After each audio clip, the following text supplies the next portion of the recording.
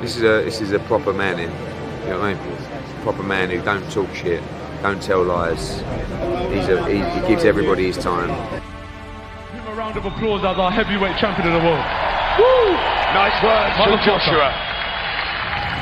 I'm not a 12-round fighter. Look at me. I'm a new breed of heavyweights. All them heavyweights, Mike Tyson, Sonny Liston, Jack Dempsey. Oh yeah, you don't throw combinations like Rocky Marciano. Because I ain't fucking 14 stone, that's why. I'm 18 stone, I'm heavy. You're a troll. You know the word troll? You know what that means? Like a troll is just a fucking complete and utter low-life scumbag. That's a troll. So what? You don't have to say anything to the trolls. Hard work. This guy here is a phenomenal talent. We're gonna cheer for him 3 times. Well, how many belts you got now, bro? 5. Hip hip! Hip hip! Hip hip! Hip hip! Hip hip! And as I said, I was studying Ukraine, and all the champions that have come from your amazing country, but I've never been there. But at the same time, what's happening there is, I don't know what's happening, but it's not nice at the end of the day. I've seen it with Lomachenko in his second fight against Orlando. There was unrest in Ukraine, right or wrong. There was issues in Ukraine in your second fight. There was civil war. Vitaly Klitschko, when he faced Danny Williams, civil unrest. Get behind AJ to win this weekend. He's a great man. He's done so much for the sport. He's inspired so many. As Bellew says, you know, he paved the way, AJ, for fights for Bellew, like against Usyk and against David Haye, and for him to have that kind of platform. Usyk as a champion, please raise your hand. Under them circumstances, he managed to become champion. Champ, champ! Champ, champ! Champ, champ! And I just want to say, Bismillah.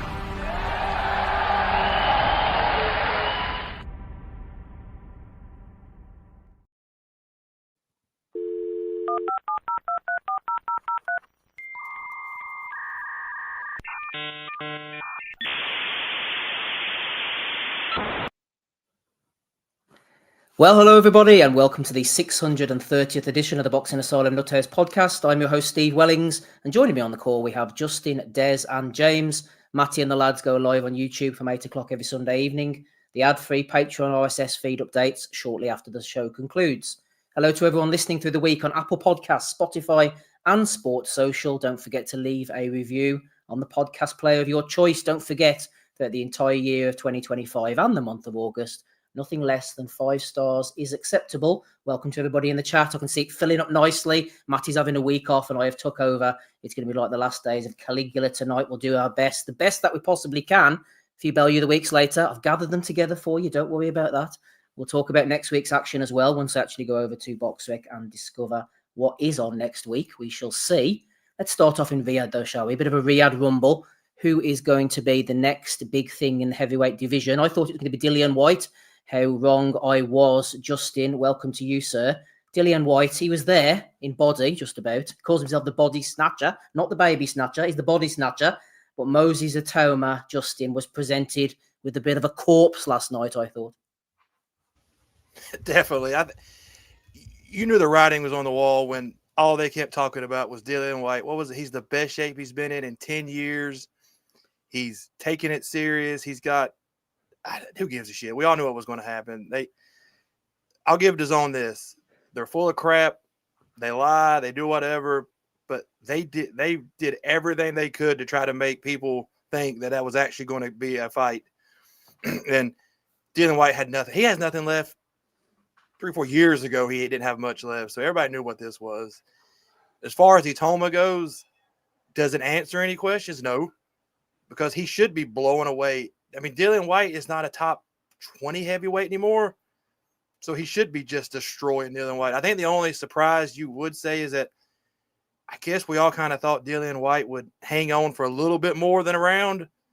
We thought maybe he would be able to go a little bit, but Dillian Whyte didn't even throw any punches. He just backed up. Automa he was there for the paycheck. We all know what it was. And it was Dillian Whyte's largest entourage he's ever had. He tried to make him wait the extra 10 playing the head games. It was so stupid. All of it was so stupid. Itauma, I think, as far as Itauma goes, I agree with what Des said last week that he needs to start. I mean, put him in there versus a couple of British guys. You know, I mean, I don't know what they're going to do with Automa because if the way they're talking, and it's so stupid, but the way they're talking, beating Dillian Whyte has put him at world-class level now because they're calling out Usyk and they're calling out all these guys. He's not world-class yet. And I mean, I like Automa, but beating Dillian Whyte doesn't prove anything. That version of Dillian Whyte doesn't prove anything. But now you've brought Automa, you're headlining him now.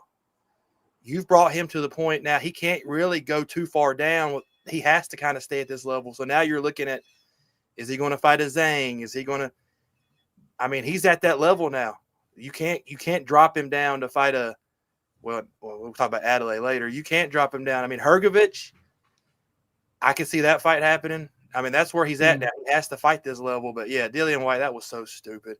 I can't – and then I don't even know why Dillian Whyte got to come out second. Like, they were giving him this – like he's earned it. I can't stand Dillian Whyte. I never have. The man is done. He was promoted very well, not by his own talent. He just Eddie Hearn, you can say whatever you want to say. He absolutely did an incredible job with Dillian Whyte to get him as far as he did. But Automa, there's no questions answered. He didn't take a shot. You didn't get to test his gas tank. Nothing happened. So I'm waiting I want him to go versus a guy that's actually going to be able to take a punch. And then we'll go from there. But yeah, Dillian Whyte, that was pitiful. Well, Justin, just before we move on to the other guys, you mentioned a couple of names there, and they check a couple of boxes for me. First of all, Zhang, we know he's a bit of a lump, but he does have fast hands. He can punch. If Automa was to take one of those slick right hands, not so much the straight left from the southpaw, but I think Zhang has a very sneaky right hook on him. That's one box checked. Zhang is going to be all in for like 3 or 4 rounds. Yeah, exactly. Yeah. So how does he deal with that? How does he deal with that hand speed? Yeah, how does he deal with that power? Or Hergovich is another problem. Not a big puncher, but he has a good work rate, if nothing else, and he can fight hurt. He can fight injured. He's fought with a cut a few times. So out of those two guys, you could check Itoma's boxes, Justin. You could. Those are the guys I want to see him fight because that's where you're going to see because those guys can take a shot. They're gonna come at him. Dillian Whyte didn't even try to win. He had no desire to win that, but he knew he wasn't going to win. He wasn't coming to win at all. Zhang and Hergovich will at least come to win, and that's what he has to have. Mm-hmm. Des, obviously, you're very welcome this Sunday evening. We are talking about Itoma's next moves, I suppose. Feel free to touch on whatever you want. Frank Warren afterwards was doing the sell job, saying, Dillian Whyte's never been dealt with that way. He's fought all these world-class guys. We knew what version of Dillian is. Frank's not stupid. He knows that too. He's a world-class promoter, matchmaker, knows what he's doing, knows how to bring guys up. If it was down to Frank, Des, you can see him being taken a particular way. He's not stupid. He'll give the hype, the spiel, but deep down, he's always a conservative guy who knows how to match his people. He won't be putting him anywhere near the top heavyweights, is what I'm saying. But if Frank gets a nudge, a push, people in the chat were saying it as well. Hatton was saying it earlier, from His Excellency or whatever, and tries to push him in a direction. Frank's got a decision to make here. It's the money or not so much the principle, but guiding Itauma the right way. Frank's got to hold firm, surely Des, on Itauma's future, I think, here. Yeah, and it's in Frank's best interest to get his ducks in a row accordingly. He doesn't want to roll the dice and put everybody in some sort of round robin in the next 12 months because we could see a lot of big fights happen too soon. I think Moses is probably someone that comes after Fury and Usyk. And I think maybe he might catch the back end of Dubois. And then you might see guys like Opataya, Fabio, maybe a Coley, them sort of guys. Maybe Joe Parker might still be there. Maybe Bacoli's still in there. But I think Frank will probably have an order of play here. And I think it's, if we can get Fury to box Usyk again, we'll go for that. If I can get Dubois and Fury, winner stays on. Somehow, maybe AJ's in this conversation. But I think them guys are probably on their own tier. Usyk, Fury, AJ and Dubois. I think they're on their own tier at the moment and they'll sort that out. We're going to lose a few. That's just natural wastage. And there's going to be a couple to hang around. And I think then you might see Moses come through guys like Bacoli, I think Miller would be a good fight because he might get rounds from Miller. I think Pulev might be in the conversation. I think Hergovich is definitely in that conversation. Maybe they might bring in a Michael Hunter because he's ready to go. And by the time Moses comes through them type of guys over the next 12 to 18 months, the landscape would have changed. And I think it would just be the right time for Moses. But we've been around boxing a long time, Steve. And the most important quality is timing. And I think they got their timing bang on yesterday.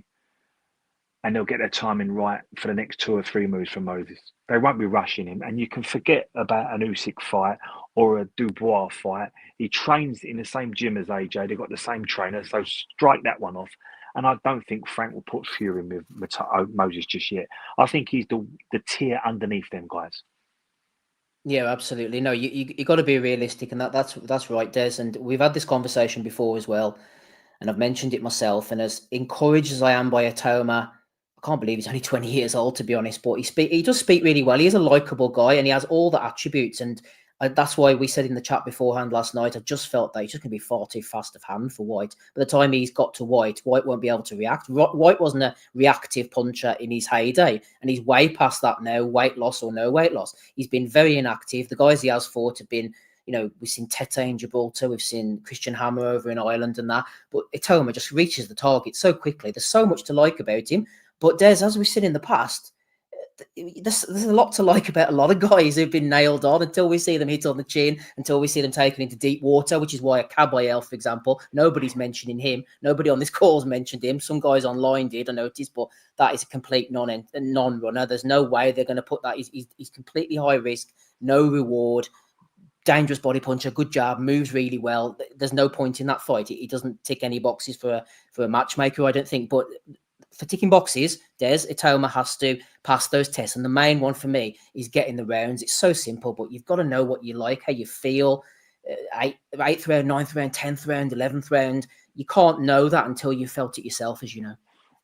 Well, I think Frank Warren and the people around Frank, the people working with Moses, will know, as good as this is a wonderful window at the moment. And you bang right, he's only 20 years old. So don't have to be rushed. But as good as this moment in time is, they have to get him rounds, and them rounds will tell us an awful lot about Moses. Now, when we say he has to get rounds, we're not saying that because we expect him to fall down or not step up, but we need him. Frank Warren, Moses Automa, and the people in the Moses Automa business need Moses to have passed a few checks by the time he gets to the Usyks or the equivalent, the Furies, the Dubois or the equivalents. And that is, you need to be hit on the chin. You need to have walked through a bit of fire. You need to have lost a couple of rounds. You need to show us that you can turn a fight around. And dare I say it, it'd be nice to see if you can even get off the floor and win a fight. Now, that's asking an awful lot, and maybe 1 or 2 of them you wouldn't want. But if you look at someone like a Lennox Lewis or a Vladimir Klitschko or a Vitaly Klitschko or a Evander Holyfield, by the time they got to the summit, they'd passed all them checks, and they were qualified fighters to become genuine top world-class heavyweight champions.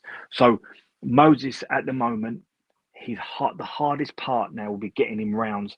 So when we say people like Gerard Miller or Hergovich or a Pulev or a Bakoli, we're not saying it because we want to hold him back. We're saying it because this kid's got to try and get, 50 rounds under his belt in the next 12 to 18 months.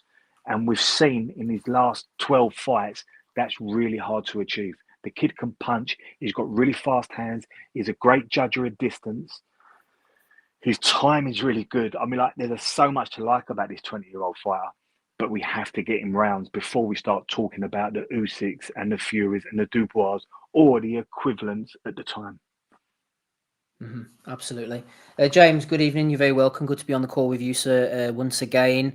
I know that we're going over all ground, and I do tend to do that, but I just couldn't help but thinking last night when I was watching that fight, how good it would have been to have been like in the O2 or something like that, and the atmosphere, and everybody knows Dillian Whyte from the fights with Chisora, and obviously his rival with AJ, his fight with Fury in Wembley, the next guy coming through and bang him out in a round. You have to think, James, that the atmosphere would have just been buzzing, wouldn't it? And the star could have been bubbling under the surface, for us all to see. Well, yeah, I think the move to the Middle East, obviously massive financial incentive for everyone involved, boxers, trainers, etc., promoters, but it does come at a cost. And I think, the atmosphere during these fights does lack. I don't think you could really replace the atmosphere in like a really small hall show with two local lads going hammer and tongue at it. It's just a different environment, different factors at play. So I don't think you could, as much as we would like to, it would be great to have a local feeling elsewhere, but it's just not to be. But they're doubling their purses, aren't they? So I suppose that's a massive positive for everyone. We were speaking in the chat amongst ourselves yesterday, and we know that Dillian Whyte, 37, 38, I can't remember. But obviously a lot of miles on the clock, probably overachieved given his physical capabilities, no real amateur background. And this did feel like a bit of a paycheck, and, fair enough. He's put his body on the line enough times to earn that. But I was really concerned when they interviewed him. I think it was during the Nick Ball fight, and they cut to him, and he was just on a sofa like half an hour before he was supposed to come out, and he just looked spaced out and just not with it at all. That misgiving grew as I watched him walk to the ring. His legs looked unsteady. He just looked listless, not with it at all. And to be fair, when the bell rang, he actually snapped into action a little bit. He had like a bit of a lower guard, a little bit of a lower stance, using a cross arm guard more than I've seen him do that in the past. But, he was just in too deep a water. Automa, too young, too strong, too quick, too imaginative, really. You can see that he's not thinking about what he's doing. He's just throwing punches naturally, and he's flowing. And in that circumstance, against an older man, a slower man who hasn't got the best of feet, hasn't got the best of balance, it was only going to be one-way traffic. And it's a shame that we didn't have the atmosphere to kind of to match that kind of performance, because it was a real coming out party. This is like a solid example of what boxing's about, because a lot of the time it's about perception versus reality. They're trying to sell us fights all the time. So you can get behind Dillian Whyte being 37-year-old, yeah, but he's in the best shape he's ever been in. He's been in world caliber opposition fights. Like, do you know what I mean? His run, as manufactured-ish as it may have been, as well as he may have been promoted, he's took a lot of punishment. He's come out more often than not on the winning side. So I could get behind an idea like that, but the reality of the situation was Itauma was just too much for him. And I'm wounded, really. Like, contrary to what Justin said, I'm actually a fan of Dillian Whyte, and I wanted to see him do something, really. But yeah, the writing was on the wall from about 3 seconds in, I would say. So yeah, a bit of a passing of the torch moment, a little bit. Definitely a signal as like a change in generation, because all the top boys now, they've got 3 or 4 fights left in them, and then Itauma looks like he's leading the charge for the next lot coming through. So yeah, it was emblematic, if nothing else. I think as well, James, just sticking with yourself there, you made a couple of good points. First of all, it wasn't at home for a reason, because they were doubling their purses. Frank's obviously gone to Turkey and said, look, this guy's the future. We can pin him against Usyk or whatever the conversation is, get him on the main event now. And it's in a way of getting another Riyadh card, another payday for everybody before he comes home or whatever he does. So I can see why he did that. And you mentioned as well about his sort of natural free-flowing ability. And that's something that struck me, especially in the post-fight interview, when he said, I was a bit nervous at the start. And then when he stopped overthinking it, stopped listening to Ben Davison, but he was like trying to almost go through the instructions that he'd been given. And then when he sort of threw them out of his mind, this all happened within the space of under 2 minutes, obviously, and then just let the punches flow. They just were landing naturally. He's a free flowing guy. He was trying to overthink it, decided to just let the shots go, and they just naturally were just hitting Dillian. And he thought, I'll just carry on doing this. So there was no overthinking element, James, of the whole sort of combination that was landing. Yeah, he was. You could see him really started to accelerate. And bearing in mind, I think we can all safely assume that he's still got some improvements to make. And like Des said, we haven't seen him take a lot of punishment at all. So that's a different conversation altogether. But as an offensive fighter, he's a problem, man. And he's a lot bigger than he looks. Like, in my mind, he's not the biggest heavyweight, but standing opposite Dillian Whyte, he was taller than him, and I was thinking that's quite shocking, really. Like he doesn't appear like I don't perceive him as like a really big fighter, but he's massive. Is that because of the Tyson thing? Do you think we were all thinking about this 5'10" guy rolling under? Because I'm the same as you. I think that the Tyson comparison was more about his age, wasn't it? Because I think so, but I see him like Tyson and the way he throws his shots, and I've the same as you. I've like shrunk him by about 5 inches, I think. Yeah, maybe, but like he's as a southpaw, and his feet are fantastic. I mean, that's probably the most impressive thing about him: the way he springs in and out of distance, literally playing with the inches, and that's what really good fighters are able to do. But yeah, once he gets in that zone, he'd be a tough man to beat. But yeah, if somebody is able to put a roadblock in front of him and stand up, like Zhang would be, a really good example of that. He's such a massive lump that what if he can just soak all that up for a little bit and then, rounds 3, 4, who knows what happens. The fight that I would like, and my cousin mentioned it to me actually when I was talking to him after the fight, and it's probably 2 or 3 fights away if he doesn't get a world title shot himself, is the Joseph Parker fight. I would love that fight. And I didn't even think about the Caballero. That would be extra interesting. And I think Caballero is probably more dangerous than Joseph Parker at this point. But they've accelerated his progress. He hasn't gone the traditional route because obviously there's money to be made in Saudi. And I feel like the next opponent that they pick for him is going to be really telling, because if he steps back down a level, that probably indicates that they're waiting with him a little bit for whatever reason. But if they chuck him in with someone really dangerous, like if they chose Parker or Caballero next, that means they're really backing him. So I'm waiting, really. I'm quite intrigued by that. Yeah, no, I agree with that as well. Yeah, Parker definitely is the kind of guy who'd be getting on the jab, and after 5, 6, 7, 8 rounds, he'll still be there. He's able to hold. He's able to get through those moments, as he's shown numerous times. I remember Parker 7 or 8 years ago when he fought Carlos Takam down in New Zealand, watching it on Sky Sports when I was supposed to be working, and he was blowing out of his hole after about round 6, and he clung on for dear life for the second half of the fight. But he seems to have much better stamina now. Can't think why, but he's improved a lot, under Andy Lee. I know his first fight was a bit ropey, but after that, he's come on leaps and bounds. And even though he had the loss against Joyce, it's been fantastic the way he's been able to rebound. I think it says a lot about his character and about the ability that he had that just wasn't unlocked under his previous coach. Yeah, just goes to show life moves fast, especially in boxing, especially in the heavyweight division. That was a sliding doors moment. Joyce smashed him through the door and smashed him up, absolutely battered him towards the end of that fight, from what I remember, and just kept on walking through the immovable chin. And then for some reason, they put him in Justin against Zhang, and he got battered. But after that post-fight, Parker-Joyce post-fight, you can't really look now and imagine what would have happened to the two of them after seeing the way that fight ended. Well, I think if you talk about a fight, if you want to bring him back to the UK, I would like him to fight like a Coley just to end a Coley's heavyweight run. But also, a Coley would give him some size. He would give him some awkward stuff to look at that he's never seen. That could be a fight that would probably sell over there if you wanted to try something like that. Could do. The big, well, he's definitely a big lump. That Bacoli, Zhang, Okoli kind of holy trinity of big lumps. Yeah, get him stuck in there. Rob Kelly's definitely not a big lump. He's jumped on the call. Episode 630. Good to see you on, Rob. Rob, you know what? Do you know what I love about Dillian Whyte? He always tries something, doesn't he? Dillian Whyte always tries something, doesn't he, in these fights? Remember he came out Fury in that big fight and he went southpaw in the first round and he looked awkward as hell. And then last night, everyone's like, Dillian can't get out of the way of the uppercut. Itauma throws a lovely uppercut. So he starts doing this kind of cross-arm thing and it just doesn't look great. Like he was giving a throwback to the days of Ezra Charles and Jersey Joe Walcott, who he idolized as a kid in Jamaica. Fuck me. He went South Jaw last night instead of South Paw.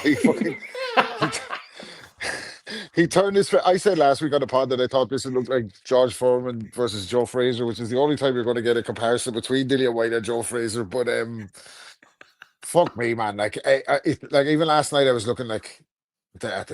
I was buying into the size of Dillian Whyte. He's in the shape of his life. He's been locked away in Portugal for 6 months where they have no drug test. He's 37 years of age with abs at 244 pounds. Look at the shape he's in. I was thinking maybe he'll hang in there for a few rounds. Like he looked like a heavy bag, but he'll hang in there.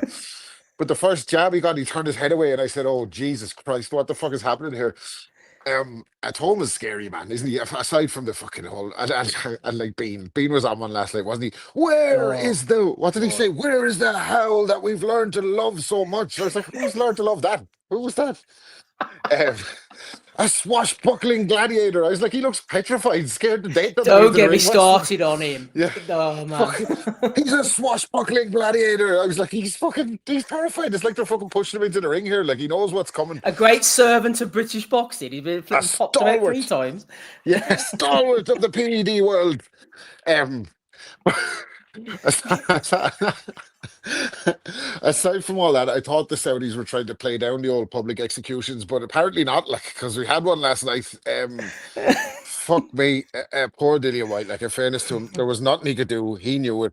As soon as he got touched, he felt the power, and he said, "Oh shit!" And I think James kind of covered as well on Automa.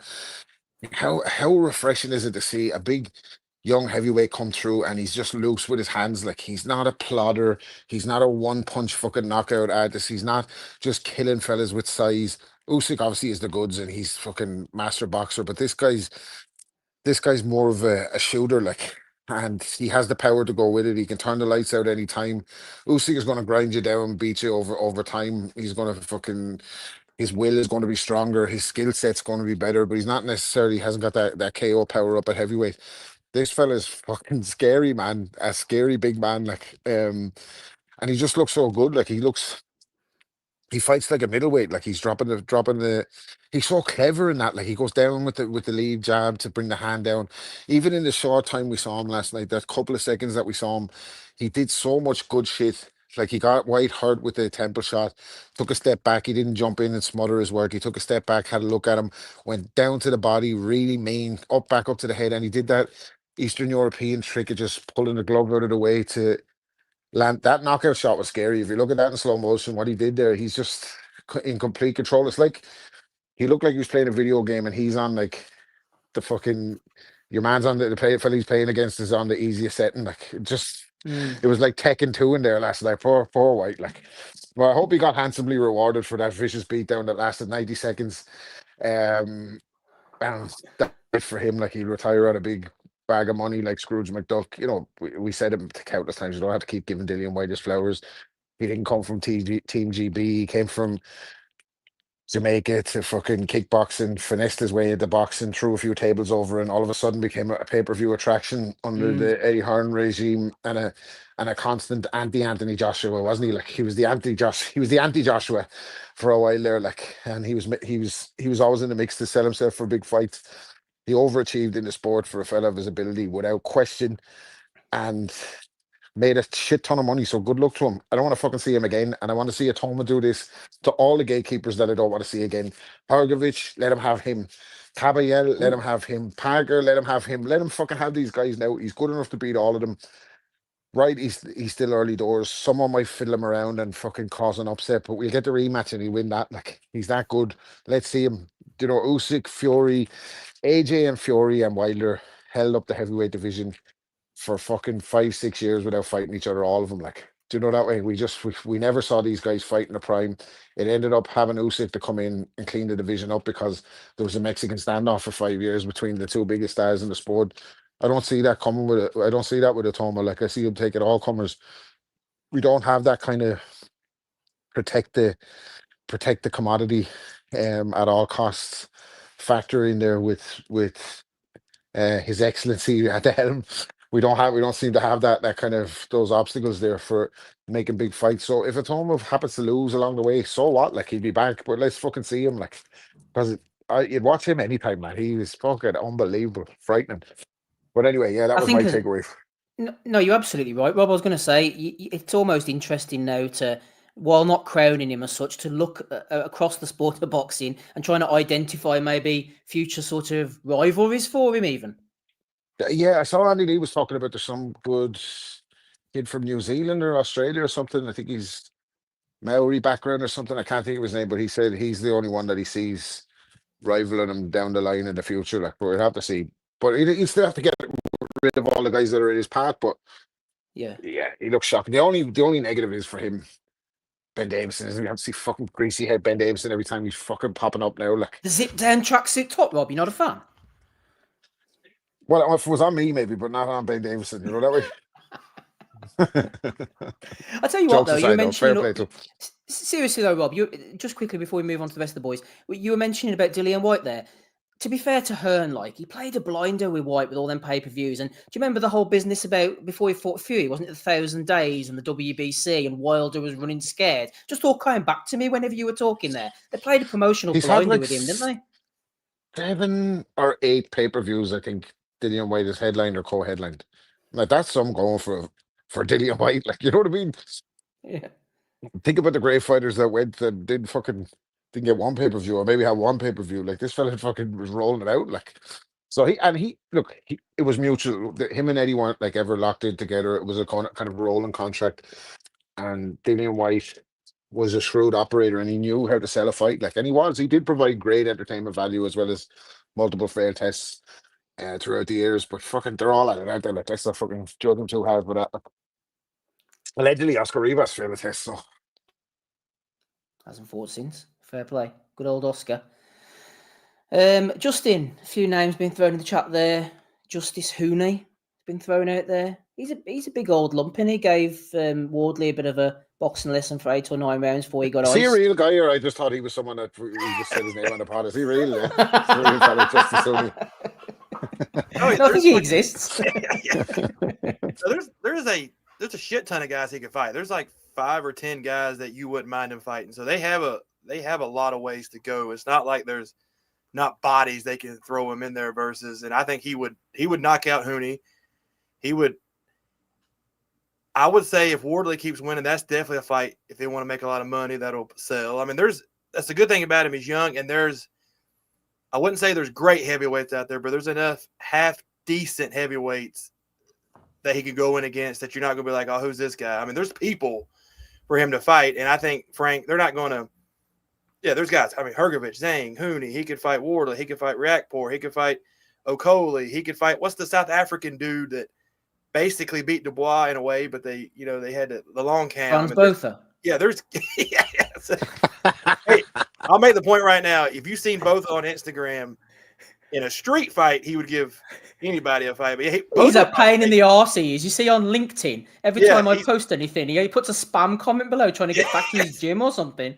Yeah, he does like MMA gym, and he looks like he's like 210 pounds shredded is Botha right now. He's already got busted like 5 times on the steroids. You know everything possible right now to promote his gym.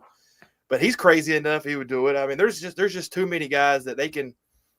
But I would say the way Itauma's going through people, realistically, he could fight 2 more times this year because he'll knock these guys out quick. He could fight at least 2 more times. Of course he could. Andrew Ward's been talking about coming up to heavyweight. Let's see what he called him on the Automa. Yeah. Well, Des, I'm enjoying this, so we'll keep going. I saw a name mentioned, the eponymous Huey Fury. Mr. Man Strength himself, and of course I chuckled as you tend to do and see Huey's name. But you know what? He's got a good beard. Fought the likes of Povetkin, went the distance with Joseph Parker. He's a name. He's got a Fury surname. He's always on the outskirts. He's going to give you rounds. He's awkward. He gives you a different look. If you get 8-9 rounds with him and then knock him out, you've knocked out a Fury. You know what? I don't completely hate that idea, Des. I'm talking myself into it, I think. Yeah, I think the problem you've got with Fury, though, and it's probably the same applies to Lawrence Okoli, their style's so negative, so reactionary. They'd have 3 minutes with Moses and go, right, I'm not going to engage. And they'd go on the back foot all night, tie him up. And that could derail a little bit of the wonderful momentum we've got with this young kid. So I think you're absolutely bang on. You know, I think Justin mentioned Okoli. You just mentioned Huey. I think them guys would definitely give Moses 4, 5, 6 rounds, might give him 10 or 12 rounds, but it wouldn't be the right type of rounds. He needs more than rounds. So when I say that, Steve, I mean, someone like I think Michael Hunter will be good because Michael Hunter's got really good hands. He's got good feet. He understands distance. He's an ex-Olympian. He's got to give Moses something to think about and ask Moses questions. But I think because Michael Hunter has got ambition and he's proactive, I think Moses would have a good 5 or 6 before he stopped him. I think Bacoli would be interesting because just on sheer size, Bacoli's going to be there for 3 or 4 or 5 rounds if he gets 12 weeks to get in shape. I think the same for Gerard Miller. Miller always turns up game and he always puts in a really good effort. And if it isn't someone like that, I'm wondering where you would go with Moses now. And maybe if you're not going to go with the Bacolis or the Millers or the Hergoviches to get him half a dozen rounds of fight and see what he can do and how proactive he can be, then you probably do what Rob says and say, do you know what? Let's see if his Frank's going to put him in with Dubois or Joseph Parker at this stage. But I just think that he's only 20 years old. And as much as it sounds negative and as much as we're all about making the big fights, I think if you put your promoter's hat on and if you think about the people that have invested in Moses, I think they will hold him back a little bit. So I think we've got to get him rounds, but they've got to be the right type of rounds, Steve. Yeah, no, that's an absolutely fair comment. David Palmer there, a friend of the pod, shout out to him, jumps in with Joe Joyce. Putting anyone in with Joe Joyce at this stage feels like it's wrong. I know he's a professional boxer with a license, but it feels like we're aiming to hurt him or something. I mean, it might end up with JP and the Space Cadets, Itauma getting his hands on poor old Joyce at this stage. No, I think Moses is one of them talents. We see it with Amir Khan. They're not European level and they're not quite top tier world level, so they're floating around in between. Amir Khan had the same situation. And I think with Joe Joyce, no disrespect to Joe, I think he's the type of guy you give to a Fabio Wardley or a David Adeleye, both capable guys who want to step up. But Moses, our eyes don't lie to us. Moses is probably there or thereabouts in between that European and top tier now, somewhere in between. You understand what I'm saying? I'm not saying he's top tier, but I think he's better than perhaps the David Adeleye, the Fabio Wardleys, the Joe Joyces. He's better than them guys. I certainly wouldn't put him anywhere near Caballero. I certainly wouldn't put him anywhere near Usyk. He's not going to fight AJ. And I think Fury's a box of tricks and probably a little bit too much at this point. So that kind of answers the question. But I think in between Zhilei Zhang and all the other guys I've mentioned, either because of their sheer size and bulk, or guys like Michael Hunter that might give him things to think about, you have got options. But I think Frank will have his ducks in a row. I think he'll be holding him back efficiently just to say, we're going to time this just when it's right for us. And Frank's been in this a long time now. And he's had his fingers burnt a few times as well by stepping kids up too soon or bringing the wrong people over. And I think with Moses, he's going to get it just right. And it will be easy for Frank because Moses is a talent. Moses can beat a lot of the kids we're talking about. So Frank ain't got to overthink it, but there's still a degree of thinking to be done. Yeah, good point from Escalover in the chat there. He says, I think it's hard to do business with Hunter because of the Don King link. There's been emails going back and forward between those over the last couple of weeks. Hunter sent one out saying that he's completely free of King. He's got no contract with him, but I mean, you cannot get away from the clutches of Don, who had put out a few days before that he had won the purse bids for Hunter versus Pulev, I think it was. Obviously, Wardley's in that WBA mix as well. You can't get away from Don. So that will... I think there's just to close that one off from what Mr. Glover's saying there. It's hard to get involved. And he's right, King, isn't it? I mean, Hunter should have known. Yeah. Exactly. James, another name that's been thrown about is Jermaine Franklin. Obviously, he lost to Dillian White, so it does make it a little bit tricky in that respect. Although, given their respective statuses and conditions, Franklin, he's tricky. He's tough. He's got a decent jab on him. He's got the distance with AJ as well. I wouldn't completely hate that. What are you thinking? I thought Franklin beat White, to be honest with you, from memory. But yeah, he's one of those guys where it's the conundrum, innit? How do you promote somebody by not giving them name value opponents? And a lot of name value opponents at this stage in their career, they're past their best, aren't they? We've seen it with Dillian White now. So do you, like Caballero, for instance, just to bring you back to that, Caballero is someone who nobody knows at all if you're not a boxing fan. But he's probably one of the best fighters in the world at heavyweight. So if you go to Jermaine Franklin, who's potentially a problem and doesn't have any name value and isn't over the hill, if you're a Bricktop, why would you go anywhere near Franklin? Who's, to be honest with you, I feel like Moses would smash him to bits based on what I've seen from him so far. But he's one of those potential. Like, do we need that? Do we need somebody who doesn't have a name, who's lost to other big name opponents. Do we want to give this fella the opportunity to fiddle Moses around for a couple of rounds and basically devalue him a little bit? You know, it's one of those type of situations, isn't it? Where do you go next? It's quite a conundrum for a 20-year-old who's smashing people, who isn't quite ready, as Des said, for the top level. The next step is really precarious, I think.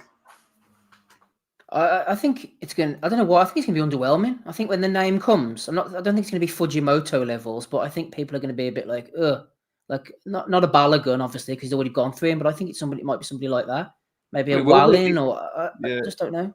It will be underwhelming though, won't it? Because if it's not, you know, Usyk, Fury, Joshua, Dubois, Parker, the everyman's heavyweight, then it will be underwhelming. Big Benny Miller, Des suggested last night he'd give him rounds when he's in there like a heavy bag for a few rounds. Can't see Miller folding after a couple of minutes, to be honest with you. I really can't see that. He will definitely. It helps sell the fight as well, James, wouldn't it? Yeah. Can I just come in there, Steve? And sorry to interrupt you, James, but other things you learn in this game, especially if you're 20 years old, is how to look after yourself in press conferences, on fight week, when someone's fronting you up at media events. And Gerard Miller would definitely try to rattle Moses, and that'd be another learning curve, you know. Yeah, absolutely. The big occasion, I feel like you do see it from some fighters, especially when the expectation's massive. And just listen to the way we're all talking about Moses right now. The expectation is growing. Do you know what I mean? So, I feel like a big press conference, a big boisterous American who will definitely, Miller's the type of guy who will half slap you in your face at a press conference, Derek Chisora levels. He is that type of guy. And if that might unsettle him, I don't know. But it's one of those tests, one of those rites of passage. You're absolutely right, Des. Well, he should go with Gassiev, prospect versus prospect. See who's going to go home. Isn't it Itauma like born in Slovakia or something? Joel Miller would turn up wearing like a Slovenia top or something, wouldn't I don't know what the rival Bosnia and Herzegovina flag. He's got Croatian, isn't he? I thought he was born in Croatia. That's hilarious. Yeah, San Marino job. Yeah, absolutely. Something like that. Talking of Croatians, Rob, did you manage to see the great white hope, Filip Hergovich in action? Great white hopeless. Fuck me.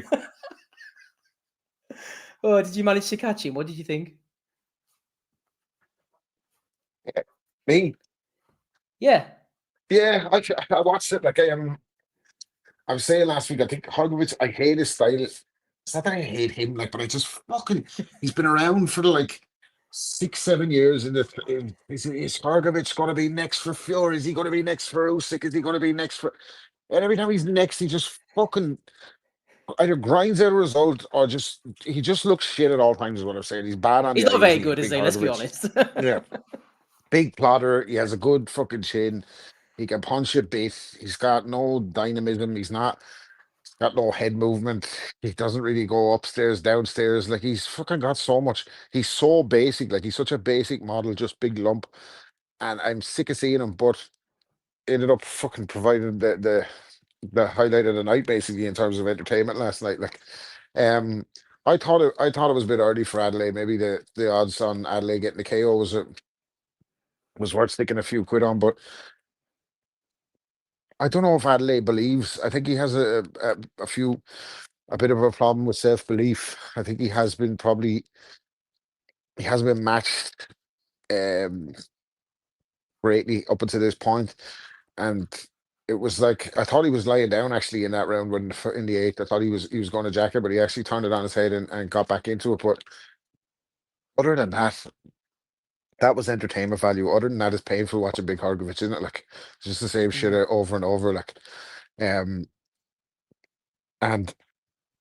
for me, he's never going to win a world title. Like, he's never going to win one. He's not going to win a version of the world title. So it's just it's for those guys. It's just about getting paid and staying active, isn't it? Like, looking for the Wasn't opportunities. he sitting on the IBF like mandatory for about 3 years or I something? think he was, and then Dubois, and then when he lost to Dubois, that went, didn't it?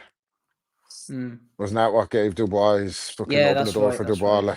Yeah. So look, he is what he is. He's limited. He hasn't really got a slick style. He hasn't got an explosive style. He hasn't really got much style at all, really. He's just a big unit, like who's a plotter, but he's a fucking hard joke, like, and he's a difficult task for any heavyweight because you know he's going to take it to deep waters. Like, you're not going to go in and blast him out in 2 rounds. He's going to be hanging about, like. So even and he's lying on you, he's leaning on you, he's getting in close, he's rough. He's just, if he was a little bit better technique wise, like if you ever saw him, like I've never seen Hergovich throw a jab and then step back and throw a 1-2. It's just everything is just plodding, coming forward.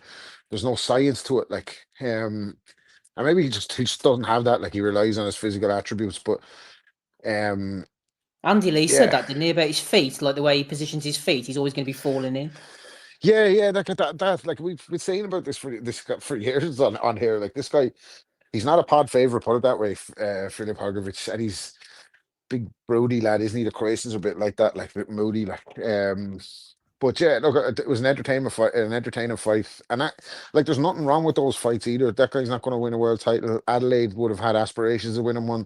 But there's nothing wrong with those two guys providing accidental value on a card where you didn't see it coming. You know that way. That fucking was one of the rounds of the year in the end. You know that way. So there's nothing wrong with it. Produced a good bit of entertainment. So I don't want to completely slag Hergovich to bits. But I'm washed these days. The Asylum is not what it was. Like, it's fucking. It's all Zen here now, isn't it? Like, so. So I Hergovich saw a big that, yeah. useless lump, like a big lump. But we love him. Adelaide should have beaten him. I think if Adelaide was what they said he was, he should have beaten Filip Hergovich last night, but he didn't. So there we go. Yeah. No, I think that's fair, Justin. And I think what Rob touched upon there was a confidence issue. I think it's a gas tank issue. He's a big old lump, isn't he, Adeleye? If he doesn't hurt you early, this is the way I thought the fight was going to go. I thought Adeleye will be game for the first 3 or 4 rounds, maybe even hurt Hergovich. Wasn't banking on the cuts, but he has cut in the past. And then Hergovich would just sort of jab him to lean on him and stop him in about the 9th round. And when the 8th round knockdown came, I thought, oh, here we go, it's going to be spot on. But to be fair to Adeleye, he bit down on his gum shield and he got through it. And I think the lack of confidence that he has in his stamina because of his physique, Justin, it came to bite him, really. He was afraid of gassing out. And in that 8th round, when he just threw hell for leather and let those shots go, he was rocking Hergovich. Hergovich showed some beard in that 8th round. It's like bomb after bomb after bomb. It just goes to show if Adelaide had a bit better stamina and belief in his gas tank and let the shots go, I mean, he was landing, 4 or 5 punches around. Hergovich was there. Yeah, Adeleye had a beautiful left hand off the ropes. Like, when they were real close up, he had a beautiful left hand that landed every time. But Rob's right. Hergovich is just a big fucker who is just tough. I mean, I don't know what to say, but he's just a big, tough fucker. He's tougher than I thought he was. He could take a shot. And, yeah, Adeleye, I think what was funny last night is they kept saying Adeleye, while he was on the ground, the announcers were like, well, this is a good learning fight. He just got beat down. That's not a learning fight. What did he learn? I mean, I don't know what he would have learned from getting his ass whooped at times. That was Adeleye. You can't learn from anything now. I didn't think he was any good last week. And like Rob said, if you have any hopes of being anything, you have to try to beat a Hergovich. And he just couldn't do it. But you're right. Adeleye, they just kept saying this is a great learning fight for a young fighter. He's not that young. This is his 2nd loss. He looked like shit versus that TKVB, whatever his name is. Mm-hmm. And that's why we said Hergovich for Automa, because Hergovich is going to come in there and come right at you. He's probably going to get cut. Automa is going to have to. But if Automa landed those same shots that Adeleye was landing, that fight's not going to go more than 2 or 3 rounds. Because Adeleye lands some beautiful left hooks, and Hergovich ate them. Yeah, he might have stunned him a couple of times, but you're right. It had to be the gas tank because he had him in that 8th round. Hergovich was going. If he'd have laid more on him, the referee might even have jumped in. He was just unloading on him, and then just kind of stopped for a second. And then, yeah, it was better. It was a better fight. I thought it was going to be. I thought it was going to be shit because Hergovich is not that good, and Adelaide's terrible too. Adelaide's not any good either. I know people try to think that he might have something, but he's got nothing. He's absolutely got nothing. Adeleye, realistically speaking, just in his British level, and he fought above himself there. And I think Hergovich in the past has been very arrogant, hasn't he? Went in against Dubois, he wasn't in perfect shape, threw a lot of shots, thought he was going to bang Dubois out, but he didn't manage. It's like Rob says, he does have that sort of Croatian swagger about him. He's like Roberto Prosinecki. He's going to smoke 50 fags and come and have a fight with you. Well, the thing about Hergovich, I think the reason we all talk shit about him is because it's not all him. It's the fact that he was built up to be the next Klitschko. I mean, they built him up. He didn't fight anybody, and they kept building him up that he was just going to be this tank, and he had all this fucking skill, and that he could do all this shit, and he can't do any of it. He can't do any of that. He has weak ass skin. I mean, he gets cut. If you look at him wrong, he's going to start bleeding, and Hergovich he's good entertainment. Put him in versus Zhang again. Let them rematch. I mean, that'd be interesting for like 3 rounds. But Adelaide is just, like you said, he's going to go back to domestic. He's not world level. He never will be. And there's nothing wrong with that. You don't have to be world level. That's just because you don't have to be world level to make money and have a good career. And that's just where he's at. I think as well, Des, they've built him up. Adam Smith was at it last night again. Oh, he's going to fight for a world title next, surely. I mean, who really wants to see that? I suppose he has got a level of excitement. He doesn't punch to his weight.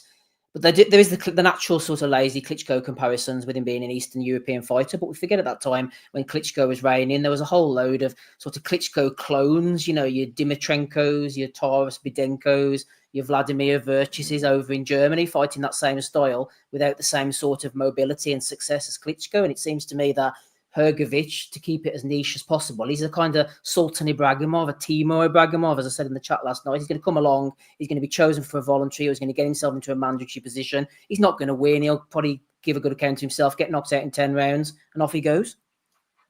Yeah, you're right. But I think as well, the heavyweight landscape can change in 6 months. It can change in 1-2 fights. And if you go back a few years, when we was all speaking so highly of Filip Hergovich, if we'd have said to you in the next 5 years from now, he's going to beat undefeated Zhilei Zhang and an undefeated Dempsey McKean, he'll lose to Daniel Dubois, but it'll be an up and down life and death.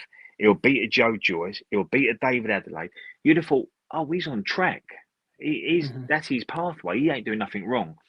And the same can be said for David Adelaide. We talk about David Adelaide, oh, he's not going to win a world title.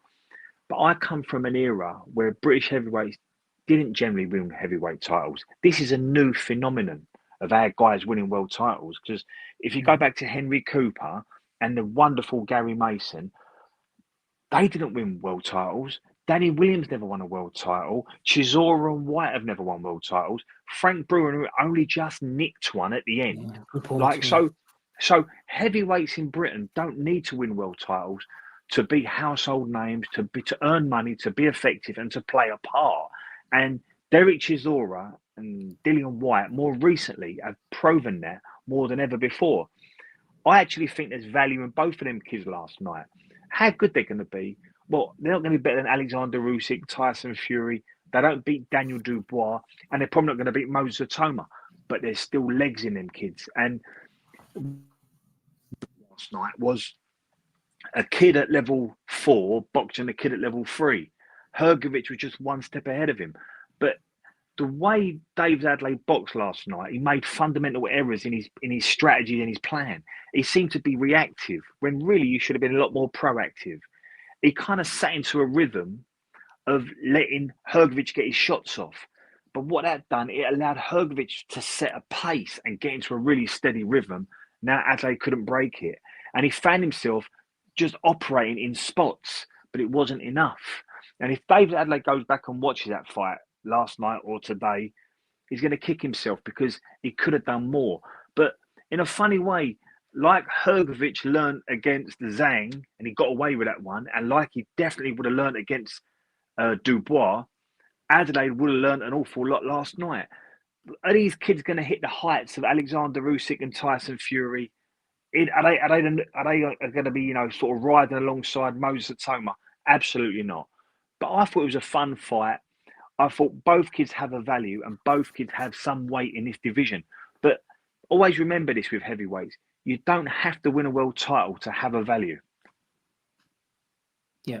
No, I think that's fair enough, James, what Des says there. And MB picks up on a similar sort of thing. He says Adeleye will get loads of fight offers off that last night. Durable game B-side. And I think that's the main thing with the heavyweights more than anything else. If you come and have a go, you got a bit of power.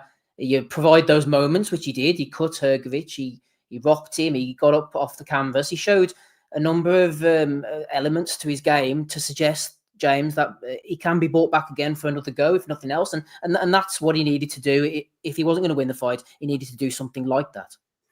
Well, I was very impressed by his heart. You know, as all the boys have said, he was really on his arse. I think after the 6th round, he was exhausted, really exhausted. And I think, you know, I'm always going to be impressed by a fighter who pushes through exhaustion, because that's a real test there. Because if you can't lift your hands up and some big lads throwing right hands at you, and Hergovich, if he's got nothing else, if he's got bad feet, if he's got an arrogance about him, if he's basically a big plodding, you know, lumbering, unentertaining person, if there's one punch he knows how to land, it's that right hand. He can do it in close, from far, hooks, uppercut, straights, all that. So that's a really dangerous weapon. And Adeleye was able to get through exhaustion, then get knocked down, and then, you know, push it to win at the end. So I think you're right in what you said earlier. Adeleye is not a high volume fighter. In that way, I feel like Adam Booth is a very good coach for him, because Adam Booth is one of those sharpshooters, isn't he? He's like picking your moments, picking your jabs, like low lead hand and shoot, fast and intense, but not uneducated in a way. What's your man's name, Steve? The Northern Irish fighter who had to retire with a back injury a couple of years ago. Brian Burnett. That's it. That's the one. So Booth takes these fighters. You could go through the whole list. I think he's a fantastic coach. He talks a lot of bollocks, but he's a fantastic coach. And I felt like Adeleye was a good match for him. And I don't really. It was like he was missing by inches at times. It's like the idea was there, the willingness was there, but he was just off a little bit. And I feel like that partnership could really bear fruit in the future. It's just one of those things, isn't it? Maybe that performance, him being able to push through exhaustion, will give him another level of self-belief, like similar to Dubois. Like, who would have thought, you know, the Dubois run before Usyk just cleaned him out? You know, that was a really impressive turnabout face. You know, his character changed. He believed. He wasn't getting as tired. You know, he wasn't getting as disheartened. So Adeleye, I wouldn't really write him off as such yet, but I do think there's a ceiling to him for sure. I definitely think Moses Itauma would batter him. Another thing, just a little side note, Hergovich must have a fantastic cut, man, because that was disgusting. That cut was really bad, right across the eyelid. And then by the 3rd round, it just stopped. So I think it was Abel Sanchez himself, wasn't it, was working on it, was it? Or did he have somebody else in there? I don't know, but that closed up really quick. So yeah, he was lucky not to. You've seen them stopped, haven't you? Realistically, so yeah, there's a lot to be taken from both. Hergovich, I'm not a fan. He'll exist on probably a tier or two below the top level. Shows willing, all that good stuff. Never really good enough to challenge the top boys. But as Rob said, not everyone can be a world champion. Not everyone can be the best in the world. And it was an entertaining fight. And both men showed like real balls. So what more can you ask, really? David Palmer, exactly the same, David. When you mentioned that, it looked like a Vitali cut to me against Lennox Lewis. That's what I thought as well. I thought there's no way this is going to last more than a few rounds, but absolutely. James is right. The Cutsman did a great job there. Des, I know you were muted. Just quickly, a point just before I forget it, because I know that I will. I think the Adeleye Booth partnership is a really interesting one, actually. It's not a natural one that I would have necessarily picked. And Booth's style is really interesting because Justin's mentioned it as well. Exactly the same thing as I was going to say about Burnett with the back injury. I know George Groves has sort of mobility issues. David Hayes' back and hips are always going as well. It almost seems like Booth's style is heavy on the frame, I think, if nothing else. Yeah, that's been thrown at Booth. He does this. I don't know what you'd call it. Is it hit or is it twitch reaction stuff? And they do a lot of pulling, a lot of pushing. It's a lot of impact training. So maybe it doesn't bode well with boxers, or perhaps it's more suited to sort of rugby or something like that. But I mean, I agree with James. Adam Booth is a proven trainer, knows a way around boxing. He knows the ways around a boxing gym.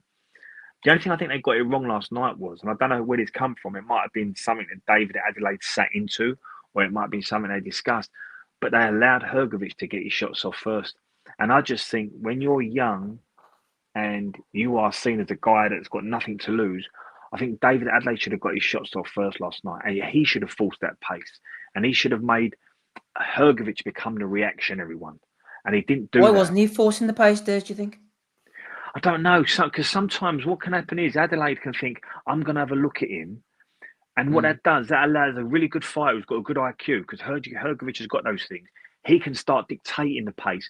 And now Adelaide's got to break his own pace and then overcome Hergovich's pace. And to do that, you might have to have a round or two of a bit of a life and death. And maybe Adelaide had felt his power, had felt the distance and felt, I don't feel confident to do it that way, so I'm going to give it another round. And before you know it, you're 4 or 5 in, and now you can't change it.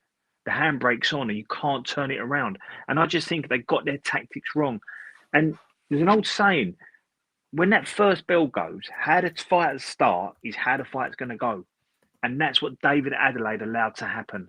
So I just think they got their strategy wrong last night. Strategy wrong. We're getting our strategy right. Hopefully you're enjoying the show. If you are, hit the thumbs up. Let's see if we can get over 50 thumbs up. Why not? Episode 630 of the Boxing Asylum Nuthouse podcast. Steve here in the hot seat, keeping it warm for Matty DiGelinardo, who's off smoking pork, he says. Hey, Whatever that means. Hey, yo. Justin Cole, Des James, and rapping Rob Kelly. I tell you what, Rob, I'm going to have to come to you on this next fight. WBA featherweight title, Australia, Sam Goodwin. Someone's always got to go. Nick Ball, thank God, Nick Ball. What a guy. He got over the line. He did the job. Wide scores. Amazing stuff, Rob. People were critical of the scores, and I think rightly so. A lot of people thought that they were a bit ridiculous. Me, personally, I had it 120, 109, Sam Goodman. I thought that was pretty clear. What was the even round that you gave there? Red one.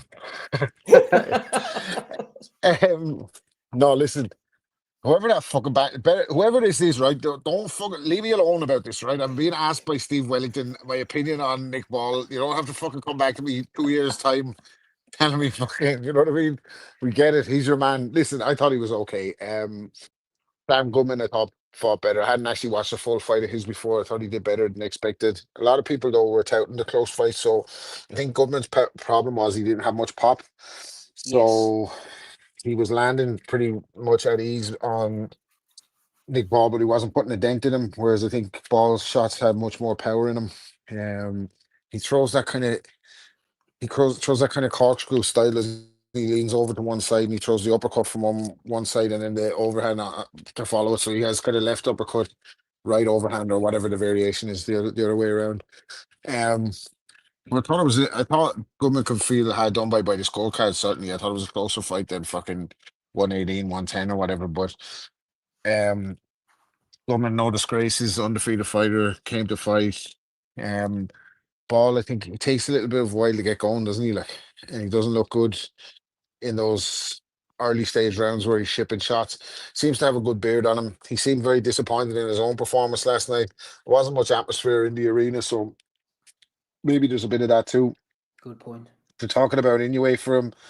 I think Inoue is a step too far. Inoue obviously has to come up the weight for that one as well, though. So maybe his punching power won't have the same effect. Ball definitely looks like he has a good beard. Like, but yeah, like a routine win. We would have expected Nick Ball to beat Sam Goodman, so he's beat him a little bit wider on the cards than I thought the fight was. I thought Goodman was winning plenty of rounds in the early stages, but again, he just wasn't putting a dent in Ball at all. Like, Ball was able to eat his shots, and he looked a little bit unsteady. I think Ball maybe rocked him once or twice as well in the early stages. So it wasn't a great fight. It wasn't fucking massively entertaining. It was what it was. It was kind of, I think it was sucking the life out of the fucking stadium more than anything else by the end of it. Like, but yeah, Goodman will come again.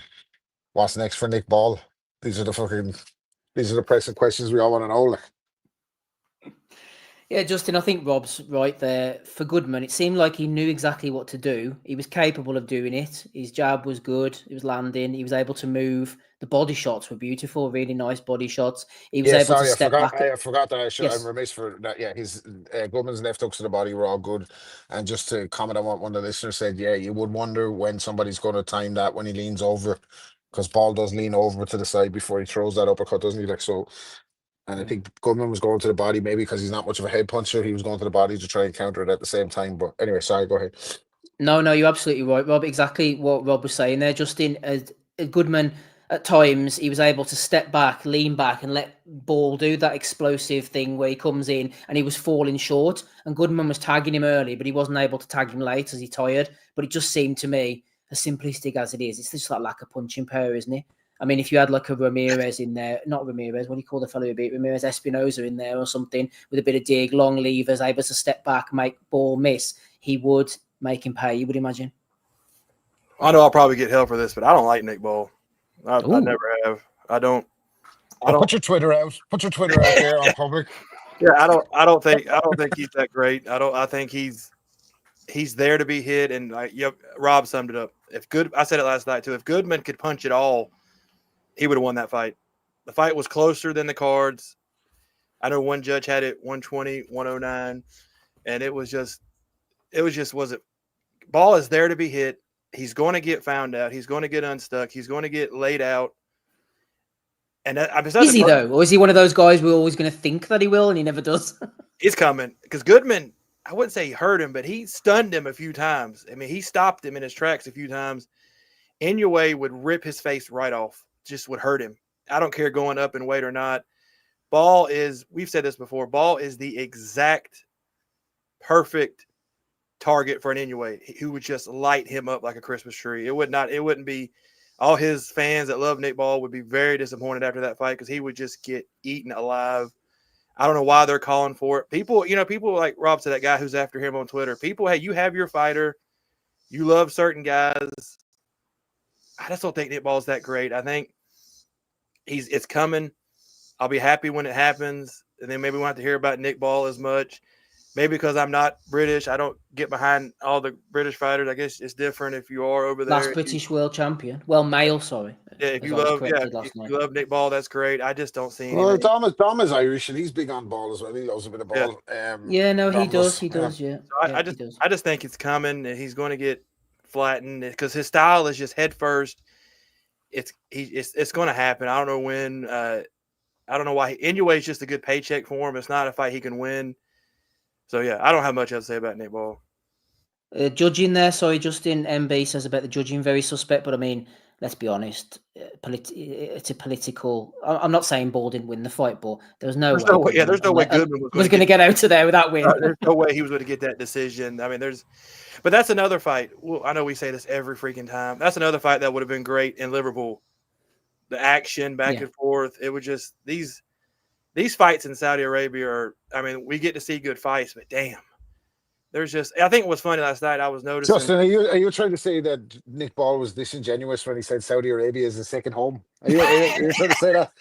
He looked a bit confused by that question himself, didn't he? Second home, I love it down there, mate. I just love how mate. I just love Saudi Arabia's boss. I love how they still have like the 6'8" security guards walking them out. Like anybody's going to do anything to go after, like, they need all these huge security guys and all this stuff. I'm like, who cares over there? They're not going to do anything. That's probably the safest place you could go to over there in a boxing. There's nobody there anyway. And so, yeah, it's just, you can watch those fights on mute. You don't even have to have, there's no crowd noise. It's just stupid. Like I said, but I've got nothing else to say about Nick Ball. I mean, he's a tough guy. He's whatever, but that's just what he is. What time are these Saudi fights on for you, Justin? Sorry, what's the kind of time do you watch them? I think yesterday, Ford. I started watching when Ford and Nova come on. So the main card, it was like 1 something here, 1:30, 1:15, something like that. So for us, it is like right in the middle of the day. So I had to go back and I had nothing to do yesterday. But yeah, they're like around 1 for us, 12-1. Okay, fair enough. Des, one thing I'll say for Nick Ball, and he has plenty going for him. I mean, he's very small and he uses that to his advantage. I was watching Lukey boxing earlier. Shout out to Lukey. I like his videos. And he said something about Ball, which I think was a really interesting point. He said he's a real physical guy and he makes you fight. He turns it into a physical fight. And he compared him to like an Orlando Salido. He compared him to a Saw Rungvisai. Might not have the best jab in the world, but they have a bit of dig about them. They have a bit of physical strength, and you ain't going to get out of there without him dragging you into a fight. And I think that was a really interesting comment because Ball, he dragged Goodman into his fight, didn't he, last night in those last few rounds? Who said that, Steve?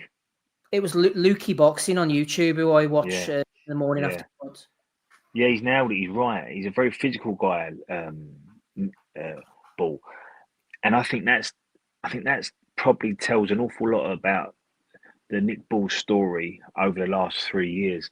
It's because he's not cute enough. He doesn't punch hard enough, but he's a physical kid. So I think you've got to remember, Nick Ball was fighting Isaac Lowe, and Isaac Lowe hasn't won an area belt. And within 2 years, he was fast-tracked to fight Ray Vargas for a WBC title. Then after that, 3 months later, Raymond Ford. And I think the people behind Nick Ball thought, let's just put a handbrake on a little bit and let's try and make him a little bit cuter for this style. And if we can manage it and adapt it, and I genuinely believe the Ronnie Rios, the Doheny, and the Sam Goodman fights, bringing kids up from super bantam, kids that can't punch, I think they're the type of guys that will offer something, allow Nick to massage this style a little bit while he learns on the job. And the reason I say that is because Sam Goodman was brilliant last night. He really meant it. He came to fight. But I think Sam's performance was a lot better than Ronnie Rios's. And I think Nick Ball adapted and adjusted a lot more to Sam Goodman than he did Ronnie Rios. I think Ronnie Rios got off his shots far too easily and was far too able against Nick Ball. And I think Nick Ball offered a lot more last night against Sam Goodman. And I thought Goodman was better than Ronnie Rios. So I think there is improvement with Nick Ball. And I think that's what we're seeing. We're seeing a kid with a world title being managed and developed on the job. Now, you might say the time to develop a kid ain't when he's got a world title, but sometimes kids get fast-tracked. Now, don't forget, Nick Ball's our only world champion. He comes from a good city. So I can see why Frank Warren's protecting that. I don't think it's just about getting him to the Inoue fight. I don't think that at all. Don't get me wrong. If he can get Nick Ball to the Inoue fight, unbeaten with a world title, there's another zero on Nick Ball's money. However, I think there's a bit more to it than that. I think Nick Ball has a value. I think he's a good kid.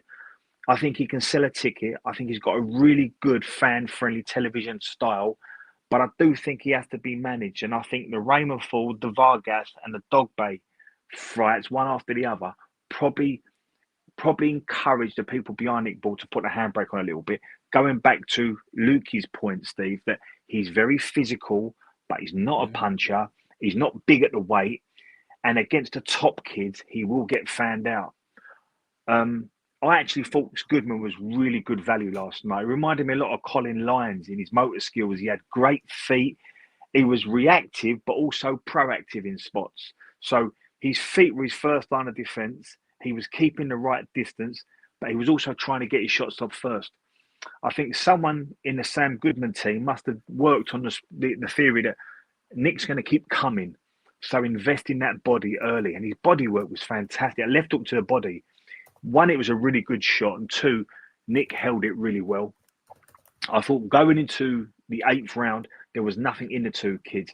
But I think Nick Ball won the championship rounds. And I like to see kids, when everything's even, go and kick on in them last 4 rounds. And I think Nick Ball did that. Really good fight. Sam Goodman's got good feet. He's got really good hands. He hasn't got a check left hook. And if he had a check left hook, he might have caused Nick a lot of problems last night. And I think that's something that other guys in America, or perhaps in North America or South America, a lot of the top fighters coming from that weight class will come from. I think they will have that check left hook. And I think they will have a little bit more physicality about them. So I just think, as much as I hate to say it with Nick Ball, we're watching a kid with a world title learn on the job.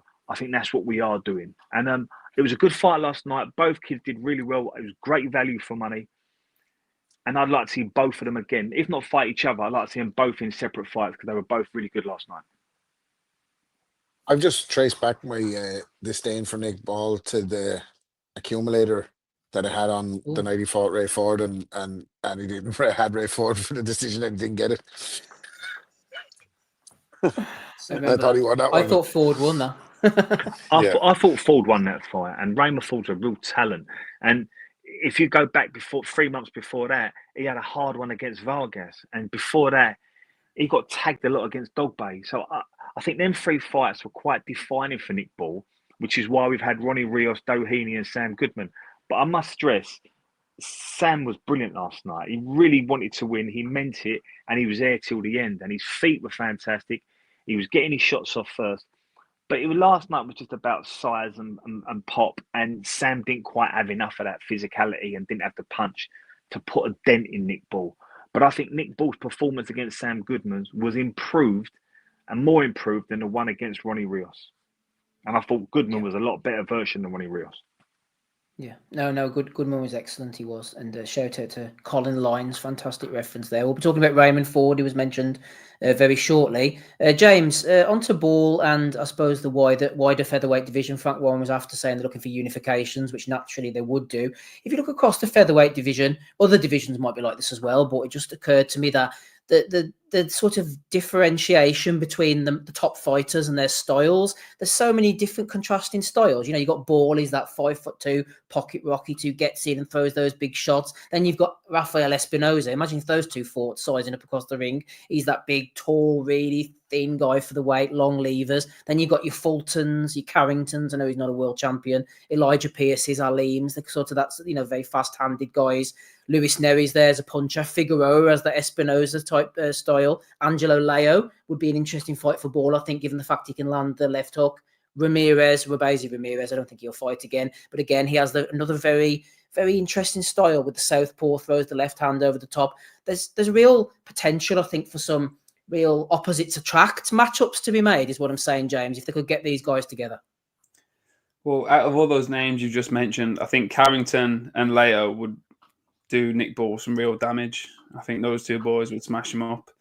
I like Nick Ball, all action fighter, etc., etc. Last night, I didn't score the fight round by round, so I'll be happy to be corrected at a later date and reassess my opinion. But I felt like Goodman won the fight, and I felt like he won the fight by doing his homework. There are certain times in Nick Ball's fights where he'll do a little swarm or he'll edge in and he'll threaten.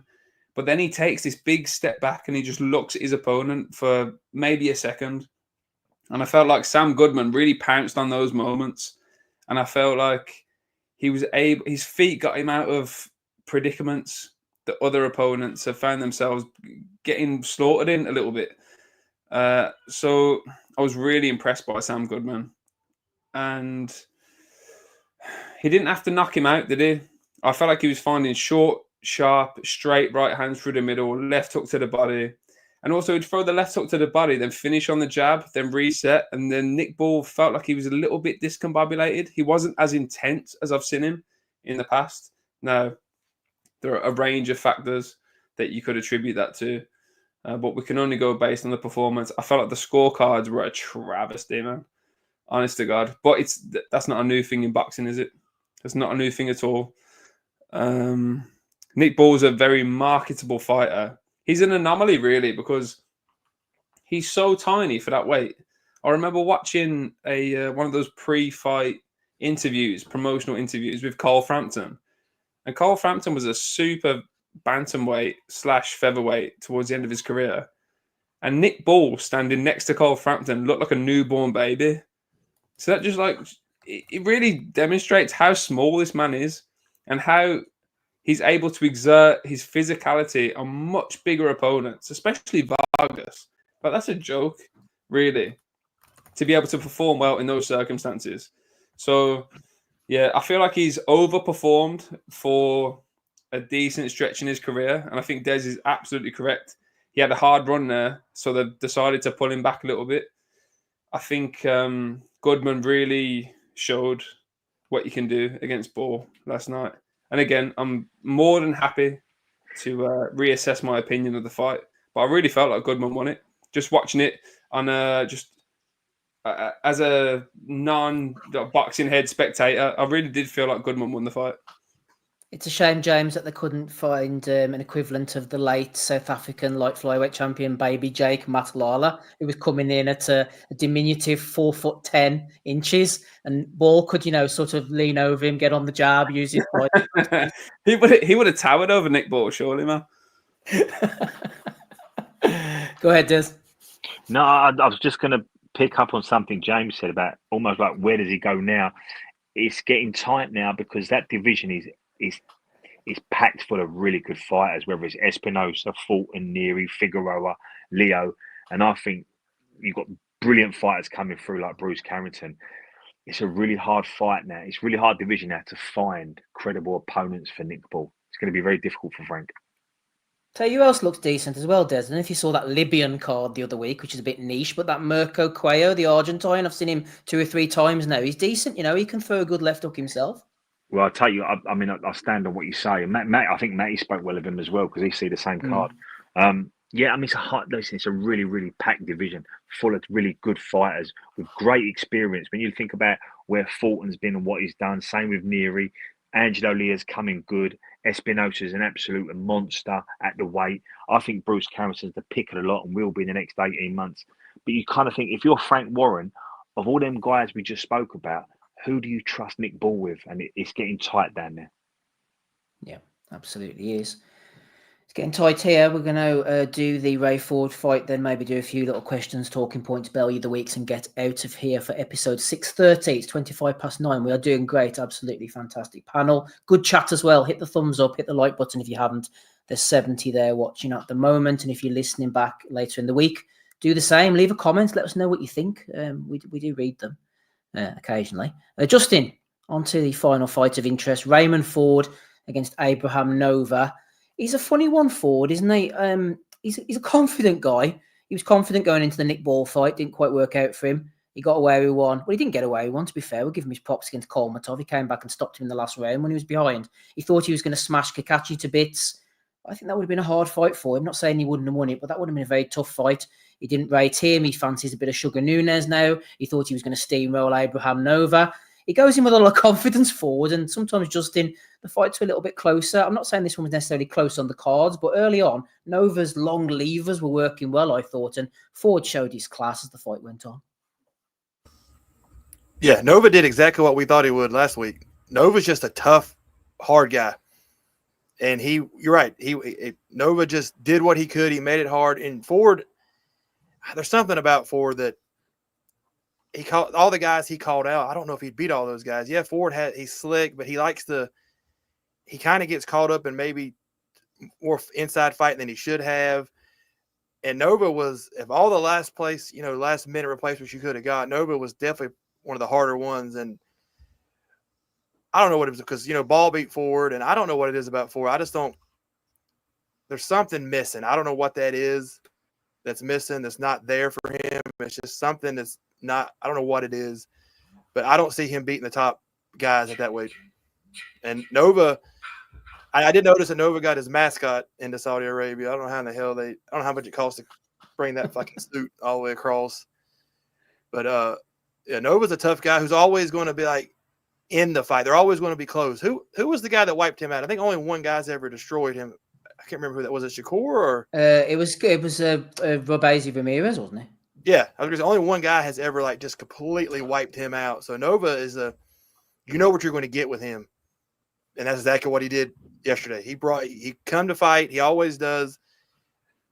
He gave Ford a lot of problems. He landed a lot of shots. It's just Nova is just that tick below world class, and it always gets him in the end. He just doesn't have enough. But I don't know where Ford goes from here. I've never been overly impressed with him. I think, James, where Ford goes from here is that fight with Eduardo Sugar Nunes, which he's talking about. And I know Nunes' record is scary on paper, 28-1, 27 knockouts, can clearly punch. He has that win over Rakimov as well, which is not his box rep for some reason. He's a good guy. He went to war with that Japanese fella, but I just think his style coming forward, Nunes throwing those big shots, I think Ford, once he gets in his groove after about rounds 3 or 4, unless he does as he usually does, as I mentioned, and keeps it close, you'd think he'd be too fast and refined over the 12-round distance for Nunes, I would imagine.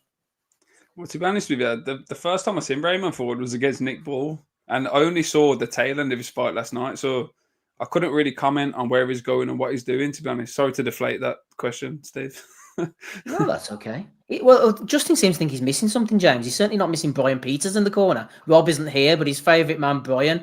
Brian gets where water can't. He was in the Ford corner again last night.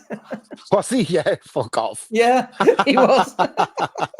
Some man, Brian Peters, bit of BP.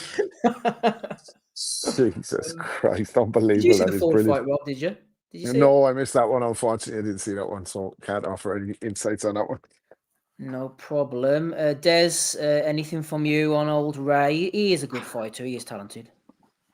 First time I saw Raymond Ford was in the Matchroom Garden against Reece Bellotti, and he absolutely dissected Reece. And Yeah. I knew he was a talented kid then. The Nick Ball fight, I thought he got that. I thought he nicked it. And there was something missing from Raymond Ford that night. He didn't know how to put his foot down. He wasn't urgent enough. And to pick up on something Justin's asked, what's he missing? I think I know what it is with Ray Ford. He's an incredibly talented guy with a very high ceiling. He's got all the skills in the book. He's not a puncher. And what sometimes happens with them kids is they rely on their sublime skills. And what they become, or what they fail to become, is feral. And what you need to be at the top end of boxing is feral. You need to be nasty. And whether you're Ray Leonard, whether you're Floyd Mayweather, Bud Crawford, them guys are feral. They could kill you in a street fight. And I don't get that from Raymond Ford. Now, I'm not saying he belongs with that group. I'm not saying that at all. But if I'm going to give you an example, Steve, I think Raymond Ford might be boxing's equivalent of Matthew Letitia. I think he's incredibly talented, but I think What a conspiracy theorist. Yeah. Used to work for Sky, but I just think he's one of them kids that he's very talented. He is almost a boxing snob. I'm better than you, so you won't beat me. And it's only when you get to about round 8 or 9 he discovers I'm behind and I don't quite know how to turn this around, and I've not got the punch to do it. The way we're going to find out more about Raymond Ford is when he fights someone like a Navarrete, or who's the Irish kid, Steve? Is it Kakachi? Kakachi, yeah. Someone who's intense, who comes to fight. Well, they were supposed to fight, weren't they, Des, on this one? And Kakachi pulled out. Yeah. Oh, was it this one that was meant to fight on the one last night? Yeah. Right, that was a fight for tonight. Right. And it would have been great, Rob, if we'd have seen Kakachi with Ray. And so Kakachi would have said, I'm going to draw this out of you now, mate. It's either sink or swim. Kakachi was on Twitter last night, wasn't he, or X, or whatever it's called now, saying that Ford's just a typical American fighter, like a loudmouth, but if you put it on him, then he can't hold up. Like, so, and I can see why Kakachi would say that, because going back to the theory, I just think he's not feral enough. Incredibly talented, but I'm not sure he knows how to do the ugly stuff. Yeah, and that'd be the big test. There's you're right there, because I feel like Mayweather, he's like a Michael Jordan type character. If you ever watched the Last Dance documentary, I'm telling you, if you played a game of Pogs with him, he'd put £1 million on it and he'd kill you in front of your mom. He's one of those type guys. It's like they just want to win. So whether Raymond Ford is that type of character remains to be seen. But I imagine we would have seen it already if he was that type of character, which is what you're illuminating. You can only get that's like a once in a lifetime type mentality. Sugar Ray Leonard, absolutely. Marvin Hagler, absolutely. Mayweather, absolutely. Very rare that strain, especially. Do you want? What was she offering fish pies to people when she was knocked out in the corner? What a woman. Offering fish pies to Canelo. Yeah, well, he's got to get off the beef, hasn't he? Fair play to him.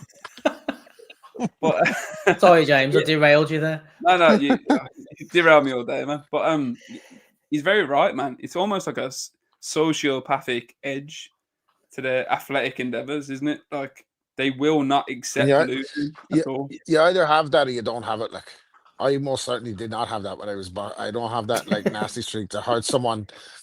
You know that way, like there's. That's either in you or it isn't in you. Like it's like fellas who fucking kill you in a 50-50 in a soccer challenge, even if it's only a game of 6-a-side. There's certain fellas that are like, all right, you have the ball, pal, and there's other lads that are like, I'm fucking going through you here, like, and he hasn't got that switch. Like, has he? I think that's a good observation. Do you know what it's like, Rob? It's like that, in boxing, it happens now and again when the guy gets hurt and the guy is like on the ropes, prone, and some boxers stand off and look at the ref and leave him, and other guys hit him with like 3 flush shots while he's like can't defend himself. Hit the ref and everything, like yeah. Yeah.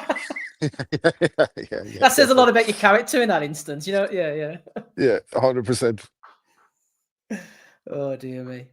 YSM Sports Media disagrees. He Ray says, can't agree Mercer with had that. it. Certainly, Ray Mercer certainly had it. Merciless Ray Against Mercer. against He Tommy definitely had it, Morrison. yeah. Yes, again, great, absolutely great comparison. Great comparison. Would have fucking volleyed his head off when he was on the fucking ICU. Like, Oh, he'd have kicked it into the stands if you had half a chance. That was a fucking animal, man.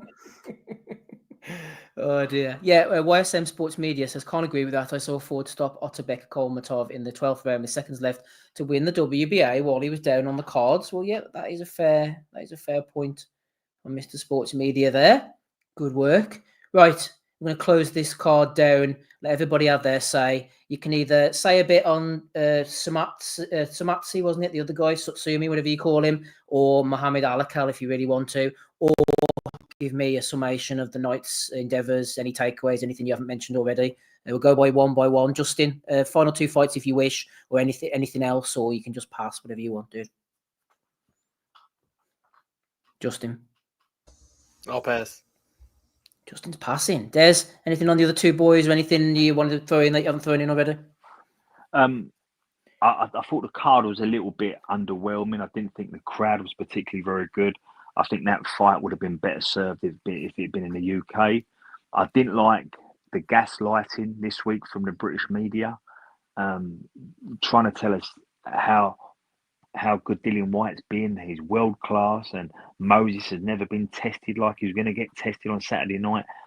And I just think there's a condition in sports journalism now in this country. I was watching Manchester United and Arsenal this afternoon, and Declan Rice put a ball into the box, and the keeper flapped at it and didn't do his job, and United lost 1-0. And everyone's talking about the set piece and the set piece coach and the wonderful delivery, and no one talks about the goalkeeper that chucked it and flapped at it. And that's running through British sport at the moment. No one's talking about Dillian Whyte's inactivity. No one's talking about the way he looked against Tyson Fury, and one of the worst versions of Tyson Fury we've seen in his career. No one talks about the Dillian Whyte that turned up against Tete. And no one, I don't think anyone other than Antonio Tarver called it right last night. These are two kids going in the opposite direction. Now, I'm not opposed to the fight. I thought it would have its value. But we're getting this. We've had this from Callum Smith and Baturbia. We've had it with Daniel Dubois and Alexander Usyk too. We've now had it with Dillian Whyte and Moses Automa. I mean, does honest, informed sports journalism exist in Britain anymore? I'm not sure it does. But I didn't mind the card last night. I thought Nick Ball and Goodman was brilliant value. I thought David Adeleye learned an awful lot last night in losing. I've got no problems with it, but I think it could have been done a little bit better in the build-up and the delivery last night if it had been in Great Britain. Well said, Des. Rob, you unmuted there, sir. Yeah, so just to sum that up, like, I think the Saudi cards are what they are. We're never going to get the Sweet Caroline and the swinging from the rafters and fucking lads smashing each other up when they're all off their head on fucking coke, steroids.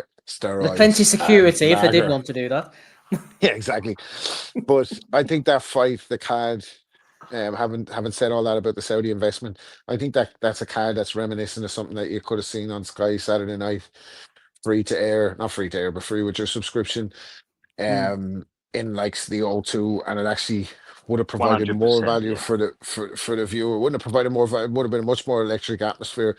But the fights delivered. Like Adelaide and Hergovich was a fight. I was like, oh fuck this fight. When I was thinking about looking at it, I was like, oh, this is going to be fucking dog shit. Like, and it actually proved to be exciting. And then Goodman and Ball was two guys at a similar level, and it was a close fight. So that delivered. And then Itauma, that was a coming out party. So why? Like, as much as we criticized this fight, and we knew what was going to happen, all of us knew what was going to happen, and anybody with half a brain knew what was going to happen as well, but they have to try to sell it like it's a competitive fight. We get it. Like, there's shit that goes on behind the scenes we're not privy to, we don't understand, because we run a kind of independent podcast where we don't answer to anyone, so we don't have to worry about relationships apart from Tony Oka. But You're fucking killing it, Rob. That's coming in the value of the week. Don't worry. Carry on. Yeah.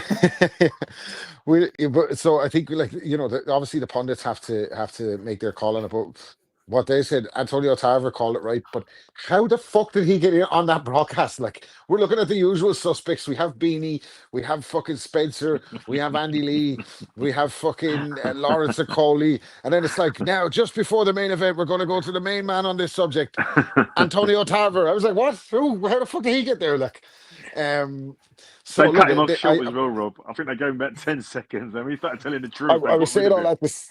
Yeah, he was speaking too much truth. He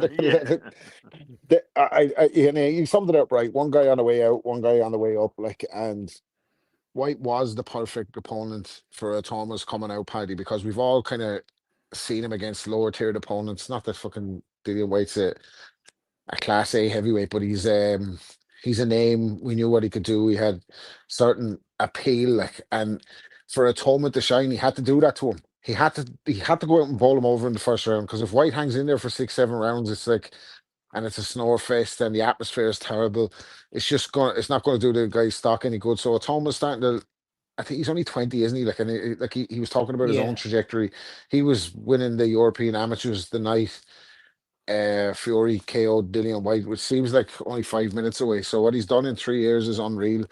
He had his coming out party. He's learning to adapt to the media spotlight a little bit better. He's talking a lot more, and I just think it was the perfect coming out party to sum it all up. It was the perfect coming out party for Automa, because what he showed in those 95 seconds was top class work, and he dealt with White the way he should deal with him if he's going to be the future of boxing. So good coming out party for Automa altogether. Like. Well said, Rob. Interesting double mention of Antonio Tarver, actually. Many moons ago, Antonio Tarver fought Eric Harding in a rematch. Harding at that time had been the only person to beat Tarver, so he wanted revenge, and he was absolutely beating the life out of him. And he turned to Bill Page as Harding wobbled around the ring and said, "Stop it, man. Do you want me to kill him?" So we indeed know that Antonio Tarver doesn't have that feral nature of going in, and Page did step in and stop the fight. So shout out to Antonio Tarver. A bit of a side tangent there, James. Anything from the card last night from you? I feel like Moses Itauma is moving in the direction we expect him to move in. I reassessed my opinion of Nick Ball a little bit last night. I feel like if he's not fully on it, fully energetic, really aggressive, then there are a lot of holes to be picked. I feel he weren't really the same guy last night, and if he's going to find success in and around those weight classes, he needs to be 100% on point because of his physical disadvantages, really. He's tailored his style to fit his body, but that has to work. And if he's 2 steps behind where he should be, he's in trouble. So, yeah, I'm looking forward to see where Nick Ball goes. Very impressed with David Adelaye's heart more than his technique or ability, because I would expect him to jack in that situation. But yeah, he pushed through. Very nice. Hergovich, similar, really. He got stopped by Dubois. He seems like he could lose interest in a fight halfway through, and to push through after the second round cut, very nice. And then, earlier, I didn't catch too much. I actually did catch the Ashfaq fight a little bit. Yeah. I stopped in the third round, did he? Third, fourth? Third round, dropped him 3 times. Yeah, that was 2 kids I've never heard of, so I can't really comment on that. But it was a strange Riyadh season card, to be honest with you. It wasn't like a massive build-up. It really felt like it was pushing Moses towards us, and long may it continue. He might be the next guy. Who knows, man? It is really looking like he's going to be the next one, given his age and given the situation at the top. Yeah, it'd be interesting to see where these Riyadh cards go. I know there's already talk of Turkey and Co circumventing Eddie and signing Shakur Stevenson directly, and then making the Lopez fight for the spring next year and all this type of stuff. And obviously with the UFC thing going on, the Ali Act and this TKO, Dana White, all them boys coming in. Steve, it's interesting. Yeah. What do you make of Dana White's involvement in the Canelo Crawford fight? If it's appropriate for you to talk about it, what do you think about that? To be honest with you, I'm not really sure. I'm not a big UFC guy or anything like that. I know they get paid buttons and they get the shit beaten out of each other, and circumventing acts that are there to protect boxers to a certain level at least is obviously not a good thing. And I think Turkey's just flitting between connections, isn't he, at the moment? He's sort of had Frank and Eddie along for the ride and done his thing, and he's seen the next thing come along, and he's sort of gone with them. And I don't really think he knows where he's at. And I honestly not sure, James. If I had more to say, I would say it. I don't know where it's going to end up, but I don't necessarily think it's going to be a good place. It could just all fizzle out. We just don't know. Yeah, you're right, because I do watch a bit of UFC, and they pay him nothing, Being it all in-house, like you would think that if one person or one organization's in control, that the best fights happen, and that's a good thing.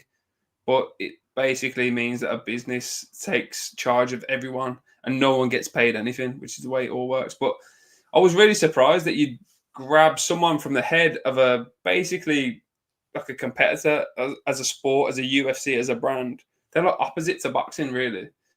I just didn't know what to make of that. So but I just wanted to ask your opinion on it, really. No, I just think that boxing is just one of these sports that will always evolve. I'm like the general opinion. I think Saudi will get fed up at some point.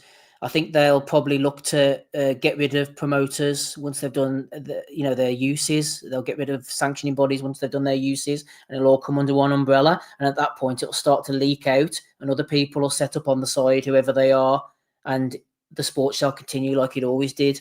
And they'll disappear. Everything will not go back to it was, but new promoters will come along. It's just one of those it's the red light district of sports. Yeah, well, say what you want about Bricktop and Eddie. They're all like they are fantastic promoters, man. Like, they might be not nice human beings and really annoying for us to watch, but they know what they're doing, really. So it'd be interesting to see if they would even keep a finger in the boxing pie without the promoters. Do you know what I mean? Because how else do you navigate that situation? Because if you're really foolhardy is the right word, but if you're adventurous and you don't care, like a fight like Bivol versus Beterbiev is made straight away. Because why would you not make that? But that could go the other way, really, where there's no rhyme or reason to anything. So we're getting the best of it now, but over time, that situation might deteriorate. Do you know what I mean? Yeah. I think it depends if they get to a point where they think, oh, we can do it ourselves now. We've learnt enough. We've picked up enough. I mean, the likes of Bricktop, as you said, and Eddie and that, they're not stupid. They'll be looking over their shoulder. They'll know what's happening. They'll take it while it's good, make hay while the sun shines, but they'll know that the rug could be pulled under them, and other analogies of that nature at any time. And I think as well, it was interesting. There was no British Boxing Board of Control jurisdiction last night. Might not be interesting. They might be back next time. It's the UAE Commission, I think. Did the licensing, sanctioning, doctors and all provided. Do they usually do that? Is that the protocol when they're over there? Well, it was the British Board. It's been the British Board from up until now, as far as I'm aware. I'm not saying in every show, but it's always it's British referees, British timekeepers. The board have basically up sticks as a business, as they're perfectly entitled to do, and gone over there and done it. But it was the United Arab Emirates version of the board, I think, did it last night. That's very interesting, because you see that in the UFC as well, where the referees, they're sanctioned locally. So when their T-shirts come on, it's not like a sanctioning body. It will be the local commission or sporting authority or whatever. It's a bit of a grey area, really, in that sense. Yeah. It depends. Yeah, it could be something. It could be nothing. I don't know. We shall see. Let's have a quick look at things that are going on in the world before we go on to the Bellew of the Weeks. August 20th, Sydney, Australia. Nikita Zhu, he's on the breast milk, apparently. He's going in against Lulzim Ismaili. 10 rounds. He's decent too, but he gets hit a lot like his brother. I don't think it's going to end well for him, if indeed he gets up to world level. August 23rd, Orlando, Florida. Justin, I don't know if you got any interest in this one. Rivera, Cordova, vacant WBA interim flyweight title.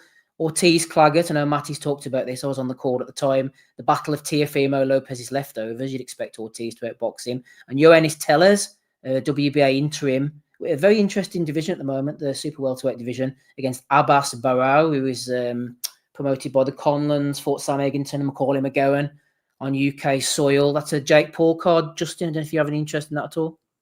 Barrow's the German guy, right? Is it German, French? Yeah, I think he is German, yeah. I mean, I don't have incredible interest in it, but knowing me, I'll watch it. But I like Tellez. So he's decent, isn't he, Tellez? Yeah, Tellez is. I mean, it's a decent card. Claggett, I don't know. He's an opponent now. It is decent. I mean, it's nothing special. I'll watch it. I always do. I can't help myself. But I mean, I don't have a lot to add to that card. But yeah, Morale, I remember he was like the German Olympian, and I know they were pushing him pretty hard. Then I think he stepped up way too early and got upset. Mm-hmm. And then now he's just kind of, I think this is like his second chance kind of to get back on it.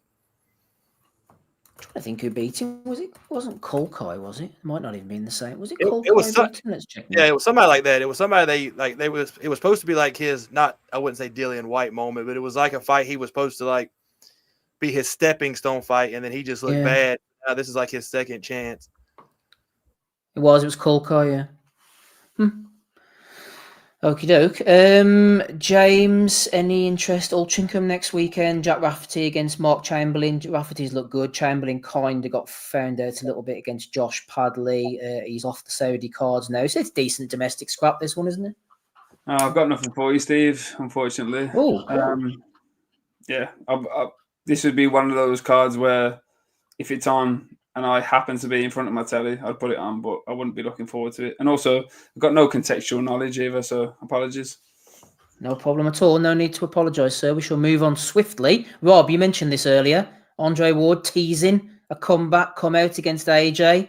Is he a bitter old man, as someone suggested this week, or does he just want a big Riyadh payday? Is this realistic, do we think? I think they're both. I say you've got to be thinking. Ward renegotiated his contract with Goosen, didn't he? In the height of his, was it Goosen? Yeah. I think it was Late Goosen Dan at the height of his at the height of his career trajectory, where he was on the way up. I think he's Super 6, and Ward viewed himself as number 2 pound for pound in the world if Floyd is number 1. Floyd is number 1 pound for pound. He's getting X. I'm getting fucking Y. Something's not right here. I deserve to be paid what I'm due. But I think what he missed the trick with was it wasn't just Floyd's ability that was putting him in as a pay-per-view attraction. He was a big talker. He drew people in. He got people tuned in to see him get beat or want to see him get beat. Now, a load of people tuned in to want to see Andre Ward get beat too, but just not enough to make him a massive pay-per-view star. So he probably feels like he left a lot of money on the table, especially when you see what fellas with a fraction of his talent are getting paid today. So I'd say definitely has a bit of bitterness. Definitely thinks that there was money left on the table. Has that relationship with Joe kind of he idolized Roy Jones, didn't he, down to the Jordan sponsorship and everything. That was his guy. Like, he probably wants to emulate what he did and move up and not win a world title at heavyweight, because he won't be able to do that, but be the top 9 heavyweight on the out though. It has to be the right guy. Like, John Ruiz was the right guy for Roy Jones. Is AJ the right guy for Andre Ward? I don't know, man. Like, I haven't seen Andre Ward since he retired. I think the last fight he had was 2017, Rob. Where did the time go, man? Yeah. I don't know. It feels like 5 minutes ago we were discussing those 2 fights on the pod. Like, I know. Yeah, doesn't it? Like, really feels like a short amount of time. Like, but a long time out of the ring, not active. He was a big 68 pounder. I think he was a natural 175 pounder. Maybe it's not too much of a stretch for him to make heavyweight limit. He probably feels he's defensively good enough that he can make AJ blow his load, AEO, early doors, and then take him down the line. He thinks AJ is a shot fighter and he's there for the taking, basically, and that's if he's going to go up. That'd be the fight. But who the fuck wants to see that fight apart from Andre Ward? Like, absolutely fucking nobody. Give me a break. Like, for fuck's sake, nobody wants to see that fight. And I was a big Andre Ward fan, as fans of the pod will remember. Like, I gave him all his props when he was an active fighter. But as an inactive fighter, he's a bit of a pain in the arse. Like, I don't want to. I kind of see he has his podcast, his fucking commentary job. He goes around with his little backpack. This fight would have been exciting if he'd have moved up after beating Kovalev. You go, oh shit, this is something. Well, maybe is this good? Maybe he can go up and beat a fucking top level heavyweight. Maybe that's his ceiling. Like, but Kovalev hurt him, man, when he caught him. You know what I mean? He didn't hit. Now, it just so happens he didn't catch him after the 4th round of the first fight. He never caught him again. Like, but he did hurt him and dropped him. Well, it would have to be even this version of AJ. Even this. Yeah, I was going to say that. It would have to be in Oakland. Butting AJ in Oakland. Yeah, AJ's not fighting in Oakland in front of fucking 6,000 people, by the way. So it'd have to be in Wembley, wouldn't it, or Riyadh? I don't know. Like, I think it's all bluff. Not bluff, but I think it's all. Like, Ward is the person who's fucking floating this. Like, he's the one making this. And he probably knows that if he could get close enough to Turkey, he'd be able to make that as an option. And look at AJ. Do you fight Moses Atoma? You're not going to really want to fight Usyk again. You're not going to want to fight Dubois again. Um, the Fury fight's never, ever, ever going to happen. So unless that Fury fight is completely dead, wouldn't it be a handy few quid if fucking Turkey was going to throw the fucking bank at it, like make it happen over We there? fought But Ngannou, Rob, so he's not beneath these kind of funny fights. yeah, you know, like, and there's Jake talk Paul of him kind of fighting Jake spectacle. Paul as well, like, isn't it? Yeah. There's talks of him fighting Jake Paul. I tell you what, Jake Paul's not going Like to do. you'll end up fighting Sean Paul before it's over with. Thunderball.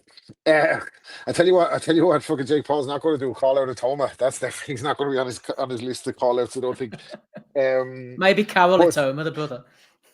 Yeah, maybe. Or if he has a sister, maybe he might come.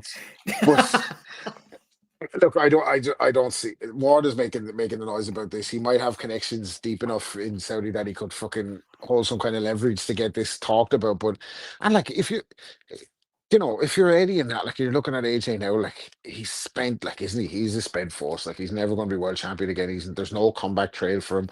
It's talking about putting him out the pasture with a payday underneath them. Like, is that the one? I don't think anyone, even the casual or the fuck, I don't think anyone would give a flying fuck about that fight and seeing the result or the outcome. Like it'd be a horrible ending for AJ if he was to somehow lose that as well. Like, so I don't know.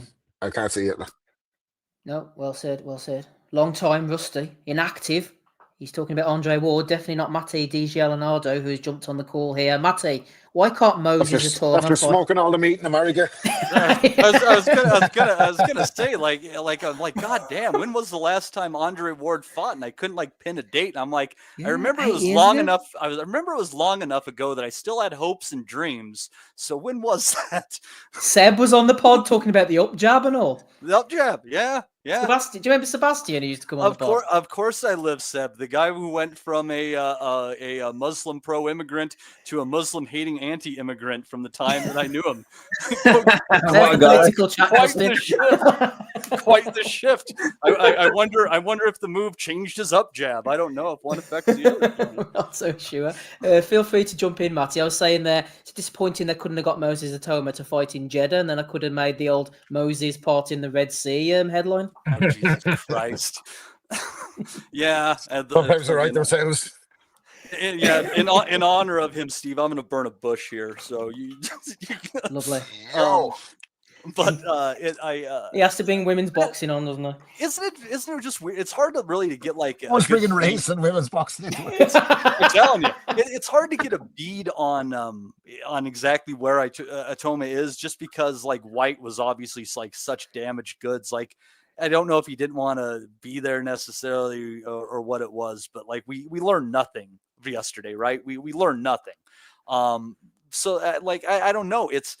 I feel like the mistake they're making with them, Steve, is they're gonna like try to jump over some of these, domestic fights. I know White is technically a domestic fight, but I'm talking with the kind of current stage of contenders for the British and English titles kind of guys, and they're gonna skip over that and go right into the kind of world level shit. But like basically everybody out there except for Cavael and Parker are Usyk's leftovers, or they're guys on the come up that might be high risk, low reward, or they just, they're not high enough profile fights and things like. So like Automa is a guy who only has so many roads to go, and I think that's more based on the narrow-mindedness of the people promoting him and not seeing, like, if you're knocking over Dillian White in fucking 90 seconds, you should be out again in another 6 weeks. You don't have to make weight. You didn't get touched, to keep him moving, and make some money off of this guy. Use him to build up some cards or something like that. Put him on the Eubank Ben card, or what the fuck ever you got to think of to figure it out. But like, keep this guy active, keep him fighting who he needs to fight. But I'm still waiting at this point in time for a person who is in good form. We know that they're the caliber fighter that they are, and we can really get a good spot on where Automa is. But at this point, who would you pick? Give us the next two names if it was up to you. It's a shame Wardley has the same trainer, right? Like, yeah. I think that would be a good one on there. I guess at this point in time, maybe you got to step up to the kind of world fringe contenders. I think he'd be a good match against Jesus Christ, I'm forgetting his name. Saw him yesterday. Hergovich. Like honestly, like I'd say if they're not looking at a specific British, let's pack the stands kind of fight. I think Hergovich is a fight that makes sense if you're talking about his progression, right? And I think that's what you want. Like Hergovich is going to give him at least a few rounds, and at this point in time, a few rounds sounds great because 2 minutes isn't doing shit for this guy. I mean, he's making money, but he had harder sparring than he had against Dillian Whyte. So what's the point? Anything else on the card caught your eye? Maybe Hergovich's cut eye, perhaps. Yeah, it's they let that go on. I think they had the same doctor that they had for Jojo Diaz and Regis Prograis, so he just let it keep going. But honestly, his corner did a really good job with that cut. You got to give some props. James was saying the same thing. Absolutely, yeah. They got it under control, and I think a little bit of the fault of that is on Adeleye, just because he was so hell bent on looking for that one big shot and trying to find it. Rather than just touching that eye, which is what Prograis did against Jojo, and it certainly helped the fight tilt into his favor. So that was, I think he kind of made a mistake there, but it's a gap in experience, a little bit of a gap in skill. Hergovich, deserving winner, but like at this point in time, he's just a gatekeeper, Filip Hergovich, right? Like he's a good gatekeeper, but he's just like maybe a little bit better than Kubrat Pulev level at this point. Goodman at this point, or Pete Pulev? Oh, you would think, yeah. Pulev's 43 years old. And, Kenny Sushi era Pulev or fucking Anthony Joshua fighting Anthony Joshua Pulev. But I like.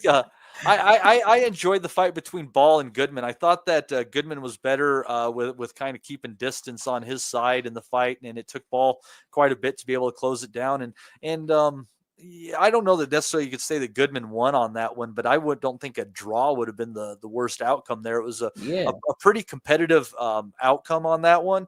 And I'm just kind of curious if like the guys think that maybe part of like Nick Ball's struggle in there is that he typically fights guys that are taller than Sam Goodman. So you get so used to like punching up on those guys that getting with somebody that's a little bit near your height is almost a bit of a disadvantage. I don't know. It's an interesting take. No, we hadn't considered that, to be honest. We were talking about the Espinoza fight. You have to climb step ladders to get to him. Yeah, and that's like if Espinoza didn't have that great uppercut on the inside like Fundora does, which is just a freaky shot for a tall, lanky guy with long arms to have, I would think that Ball would be quite in that fight. But I think that the way that he sets up that uppercut is his foil, and Ball and I think people will catch on to this at some point in time. Like when Ball's fights in kind of like three different setups based on what he's trying to do is he either kind of just fights straight up low and looks for something that you're throwing and he's going to throw with you. And then he does kind of his weird Philly shell-ish, and he's just looking to stand in the pocket and counter. And then he does his gloves up high and kind of leans back on you a little bit. And that's when you can kind of push him back because he's a bit out of position for the way he likes to do his work. And I just think that a fighter, after we've seen this much on the guy at this point in time, I just think a fighter with a high IQ is going to be Nick Ball's foil. I take Ray Ford against him every time in a rematch, I think. But he's a fun fighter, but I think Nick Ball's just getting a little bit easier to read as his career goes on. And sadly, I missed Abraham Nova and Ray Ford. Knew Nova would give it a decent go and win a few rounds. But obviously Ford, just, a much more talented guy. Just very briefly going back to Ball, something you mentioned there, Matty. I think that in the first few rounds, when Ball, he had no respect for Goodman's power, as we mentioned, and he was just throwing the shot straight off. He was a bit one-dimensional and predictable. When Paul Stevenson in the corner told him to use the jab, I thought he looked a lot better when he was setting everything up beyond the jab.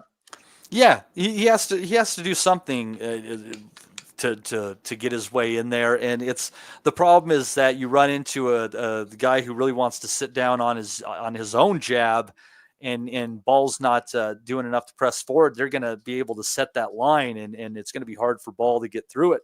And that's why I think the more talented guys in the division with a better stick. And then you got Ramirez, just a freak of nature. I basically think that they're taking these fights for Ball right now because they know in this featherweight division, he has hit his ceiling. Yeah, he's hit his ceiling. Ayman Khan's hitting the ceiling with us. He's listening in, gents. Not literally. He's only 4'5". He's not hitting any ceiling. You know what I mean? Unless he's crawling in somewhere. he likes to spend his holidays at the Shire. Good luck to him.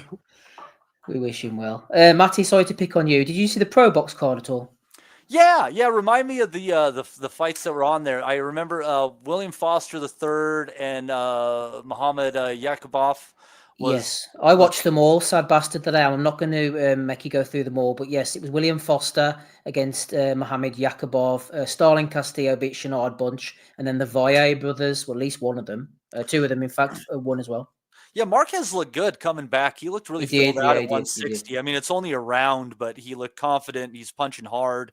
He looks physically strong. It'll be interesting to see what he does. We're in the one loss doesn't define your career crew, obviously. So, he can come again, and glad to see, Pro Box isn't the organization that's going to throw in the towel on these guys either. That's not also that prospect, that Georgius guy, that top prospect got destroyed in one round.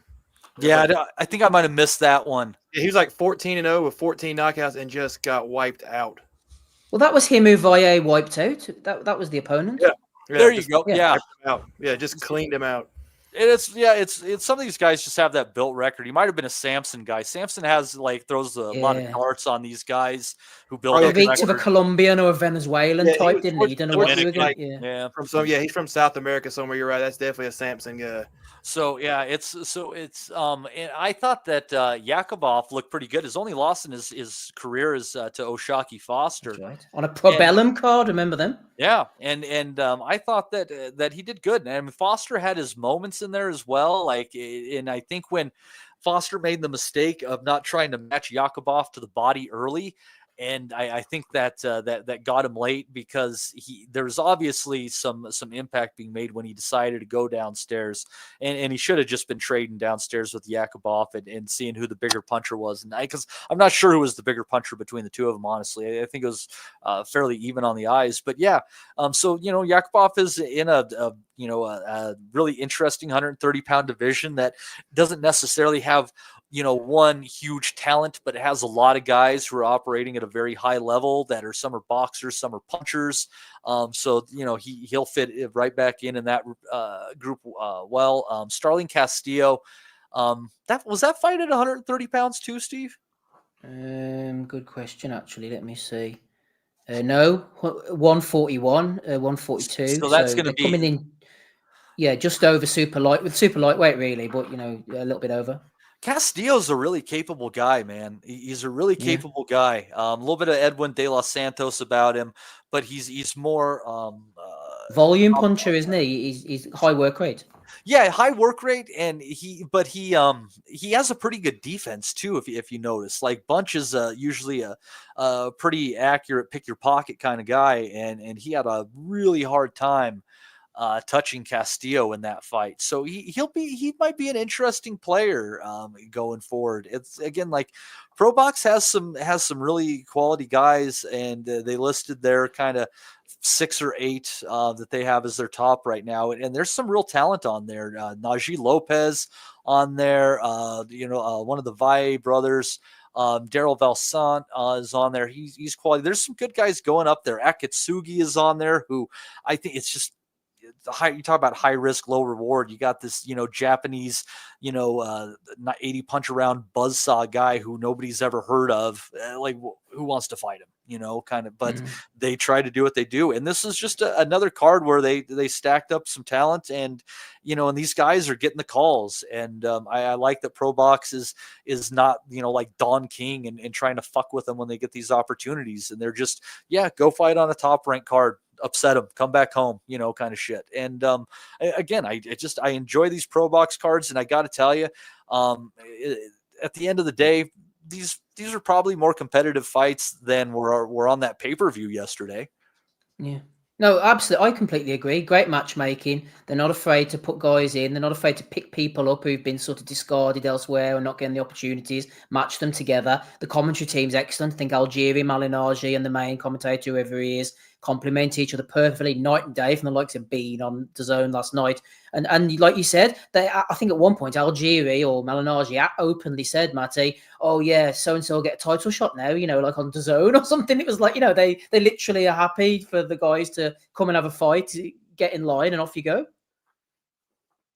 I think what they're really good at is forcing the sanctioning bodies to give guys their shots. Like they kind of pick through, and when chances come to get ranked guys up against each other, and they do it and get them back in the chain. And then that's good. I mean, and it's, like there's all sorts of things we could talk about, as far as what the best things promoters can do for fighters. But at the end of the day, they need to quit, trying to hold on to these undefeated records, and they need to give these guys the opportunity to go make a paycheck. That's what you can do for them. And Pro Box doesn't get in their way, and they provide compelling fights. I have no idea if their business model is stable. I have no clue whatsoever, but I hope it is, because this is exactly what we need in the pay-per-view subscription era. Just something you can go to your app on your Roku or your Fire Stick, or you can hop onto YouTube and just watch it. And that's it. Nobody's asking another fucking penny out of you. They're just watch your boxing. It's so refreshing.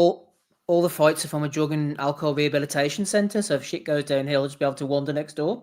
Yeah, it's fantastic. They really got them both ways. That's probably how the business model works.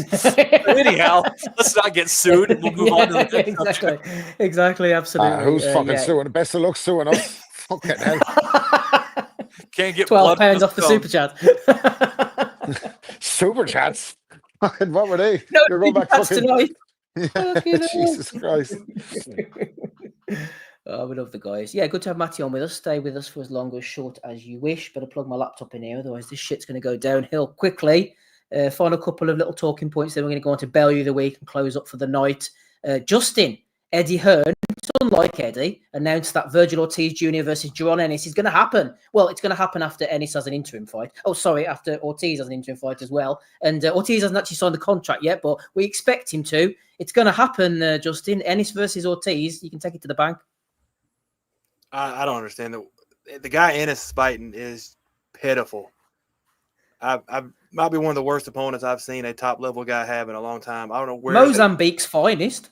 Yeah, that is crazy that you expect anybody to even show up to want to watch that. Ennis, his career is going nowhere. It's absolutely going nowhere. I like Ennis, but his career is it's a dog shit. It's a dog shit fight for him, isn't it? Yeah, Ennis his career is completely been mishandled. Either it's his fault or whoever's fault it is. His career is going nowhere. I'll see it when it happens. I don't trust Ortiz because you never know if his health problems come back, and then they got to have interim fights, and it's crazy. It's bad to say, but at this point in Ennis's career, I don't care. Unless he fights Ortiz, I don't care. I don't care to see him fight this guy. Is this starting to look like there's something that his team doesn't trust about Boots? Because everyone else is high on him, wants him to reach. I was just going to say that. Yeah, is there something? Is there a missing piece that we don't see here? Like, is there a trick we're missing? Because on the eye test, he looks thoroughly capable. Like, doesn't he? He looks like he wins every fight in style. He seems to have a bit of spite about him. He can punch off the back foot. He can fucking do tricks in the ring. He's flashy. I think the Bud Crawford thing really hurt him because the Bud Crawford and Spence fight was such a talking point for 5 years. We thought it never happened. There was the PBC drama, the cross promotional issues. And when Bud finally had his moment, like, all right, I'm off. And Spence is a fucking shell. I'm just have to beat the living shit out of him. So there's no fights now at 47 for Boots. What does he do? He goes north to 54, where the talent pool is probably as dead as it's ever been. At 47 and 54 and 60 even, but he's a guy you would think that could go up the weights and really be a pay-per-view attraction, like really be a fucking top level. There's something missing with Jaron Ennis. And yeah, I think that's a good point that Matty's raising. Is it something behind the scenes that we don't see, or is it just that? I think so. Yeah, maybe because this He's is not a the terrible sharpest tool, I opponent don't for him. think, Rob. You know, he's made No. decisions in the past, hasn't he? Signing with multiple promoters. PBC wouldn't sort of invested him. Eddie's got frustrated with him in the past. He's a hard interview. I don't think he's the sharpest tool. I don't think the old man helps either, to be honest with you. The old man is up there, isn't he? He's fucking. You have to have the old man these days if you want to get fucking to mid-level range in the sport. You need an over fucking mouthy out lad hyping you up. Yeah, yeah. Like it was supposed to be Cody Crowley he was fighting at one stage. Remember that press conference? Like, oh my god, what a shit show! Like, so it's That just was like the darkest part of the humanity Yeah. of boxing. My God, Then people was yelling terrible. out. Yeah, that was Yeah. bad. horrible. So it's just like everything seems to conspire against this guy. Maybe he doesn't help himself either. But on the fucking night, he's a real exciting watch. But I've always had that sneaky feeling. Is there something here that because I thought Crawford would have beaten the shit out of him. I don't know why. I had that in my head that if the two of them made a 47, Crawford would have cleaned his clock. But it was high risk for Crawford at the time too, like because he worked so hard to get into the position. He'd fucking been the B side. He gets his coming out party against Spence and does the job. He's got Eminem with him and that. Like his star's gone through. Why the fuck is he going to go fight Boots Ennis at 47? Like that way. So he's. I wonder, rightfully done Rob, there. why Boots. Do you remember Boots was saying at one point they were going to move up to 54 for ages, and then he stuck around. I thought the plan was they were going to hot foot it up to 54, pick up a belt, and say, "Right, Terence, up you come. Yeah, we're waiting for you." You know what I But mean? it seemed to waited around for him. Like you're saying, he doesn't seem like a shot, or maybe he's being badly advised. Well, that's entirely possible when you see the old lad, like in it. But yeah, he's made the wrong moves, and now, like James said, nobody cares about Boots Ennis anymore. The sport's very fickle, and even us hardcores are very fickle. Yeah, it's what have you done for me lately, like, and the sport moves on. Even though there's nothing happening at those divisions, we're kind of waiting on other fights to fall in place, and he's not in the mix. If it wasn't this kid from Mozambique, it was going to be Josh Kelly. Like, I think Boot turned it down or something, or they couldn't get to a place on the money or something, or by the time he'd accepted the offer, they'd already looked at this. But horrible optics from Eddie on this one. This is not good for Jerome Ennis. Like, it's not going to make people buy into his stock. If he goes out and fucking dances around this fella like a matador and then takes him out, everyone's going to go, cool, so, that way. Yeah, and I'm not sure the fault actually lies with Eddie this time either. James, so while Ennis is fighting the Mozambique Josh Kelly, they're talking about Ortiz fighting his interim fight against Erickson Lubin. I wouldn't be mad at that if that happens, to be honest. I quite like Lubin. Yeah, Lubin's game, isn't he? He just had a few high-profile losses. But, just to go back to Ennis, it's almost as if his career's finished before it started, really. Do you know what I mean? He's got a plethora of unnamed opponents for anyone outside the boxing circle. So how are you supposed to sell this guy? That's how you're supposed to get big money. So like, he's talented, obviously. To me, he's not like the most extravagant, spectacular fighter I've ever seen. And I think it speaks volumes that Ortiz is his next best competitor. I could never see him going to get someone like Crawford. Crawford to me is like a next level above.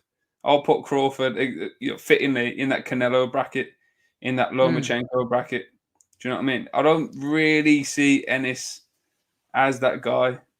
And if he takes a little warm up before Ortiz, so be it. That's fine. Little 50 grand in the back pocket. That's cool to me.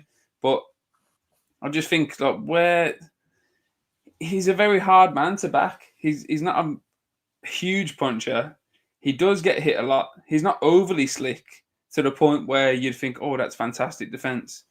I just don't know where he sits. And I remember 3 or 4 years ago that he was meant to be the next guy. And I'm not really, up on the situation with the dad or the promotion situation or whatever, but he's really petered out, man. He had an opportunity a couple of years ago to just storm, and then it didn't happen. So he's got to be 30 plus now, surely. And he's got 34. I think he's about 27 or something, I don't think he's that old. Oh, okay, that's not too bad. But 34. He could wipe away all that, though, that you're saying, James. If he were to beat someone like an Ortiz, he's suddenly right back in there. No, that's a big win for him, isn't it? It's a good fight, that. Oh, listen, for me, that's a good fight. But how do you... I suppose you could sell anything to anyone, couldn't you? I mean, look at the cards we've, gulped down over the years. Like, you can sell anything to anyone. but I just don't see him as being that spectacular. I like him. I think he's game. I think he finds sneaky punches. I think he knows how to get dirty. He's fit. You know, he's slick. You know, those gritty American fighters. Yeah. Oh, you're right. It's a good fight for us. Yeah, it's a good fight. Yeah. But like the wider public, though, it doesn't sell. No. Yeah. After that, I don't know where you go with it. To be honest. Yeah. You've got to do something. Got to do something, Justin. Tell you what you can do for us. Final talking point. Talking about Sebastian Fundora against Keith Thurman. This is the most PVC fight ever, this, isn't it? Where's Peter Quillen at these days? God.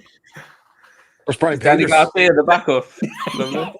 Yeah, Danny Garcia's the backup. Yeah.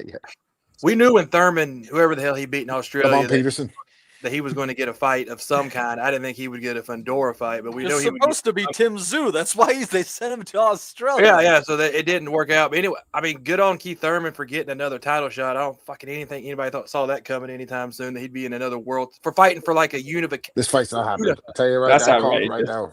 Unified champion Keith Thurman. So I didn't see that coming. But hell, Fundora's fight's never happening. That fight's never happening. I tell you right now, that fight don't happen. Like, when's the last time Keith Thurman fought? You stop with you. He's fucking. Big Brock Jarvis down in Australia, man. Yeah. Come on, Rob. Well, listen, Jarvis was pound for pound #1, and Thurman tore him up. So let's just take that into account, shall we, lads? Jarvis started as a light middleweight and then ended up fighting Thurman at flipping light middleweight. He might as well have been fighting Jarvis Cocker. Even to a pulp. Motherfucker. Hey. You guys are laughing, but if Keith still has his legs and can do some in and out kind of shit, but you go away, Matty. He can give Fundora fits, man. Fundora is pretty flat-footed at the end of the day. Okay, Matt. Now, what are the odds, since you're into betting, what are the odds that in 2025 you would get the bet that Keith Thurman would be unified champion of the world? No, Fundora's not unified anymore. Oh, he just gave up that belt, yeah. And Zayas won it against that fella. Yeah, I don't know what the odds would be. Keith Thurman at this level would be a champion if he could win. I think it's probably pay about 7-1. My guess. I just remember Gabe calling him Queef Thurwoman. He had a name for everyone. You remember Gabe and David Gay? Rest in peace. Is he still 600 pounds? James insults are all like James Tony. The Mitchell sisters.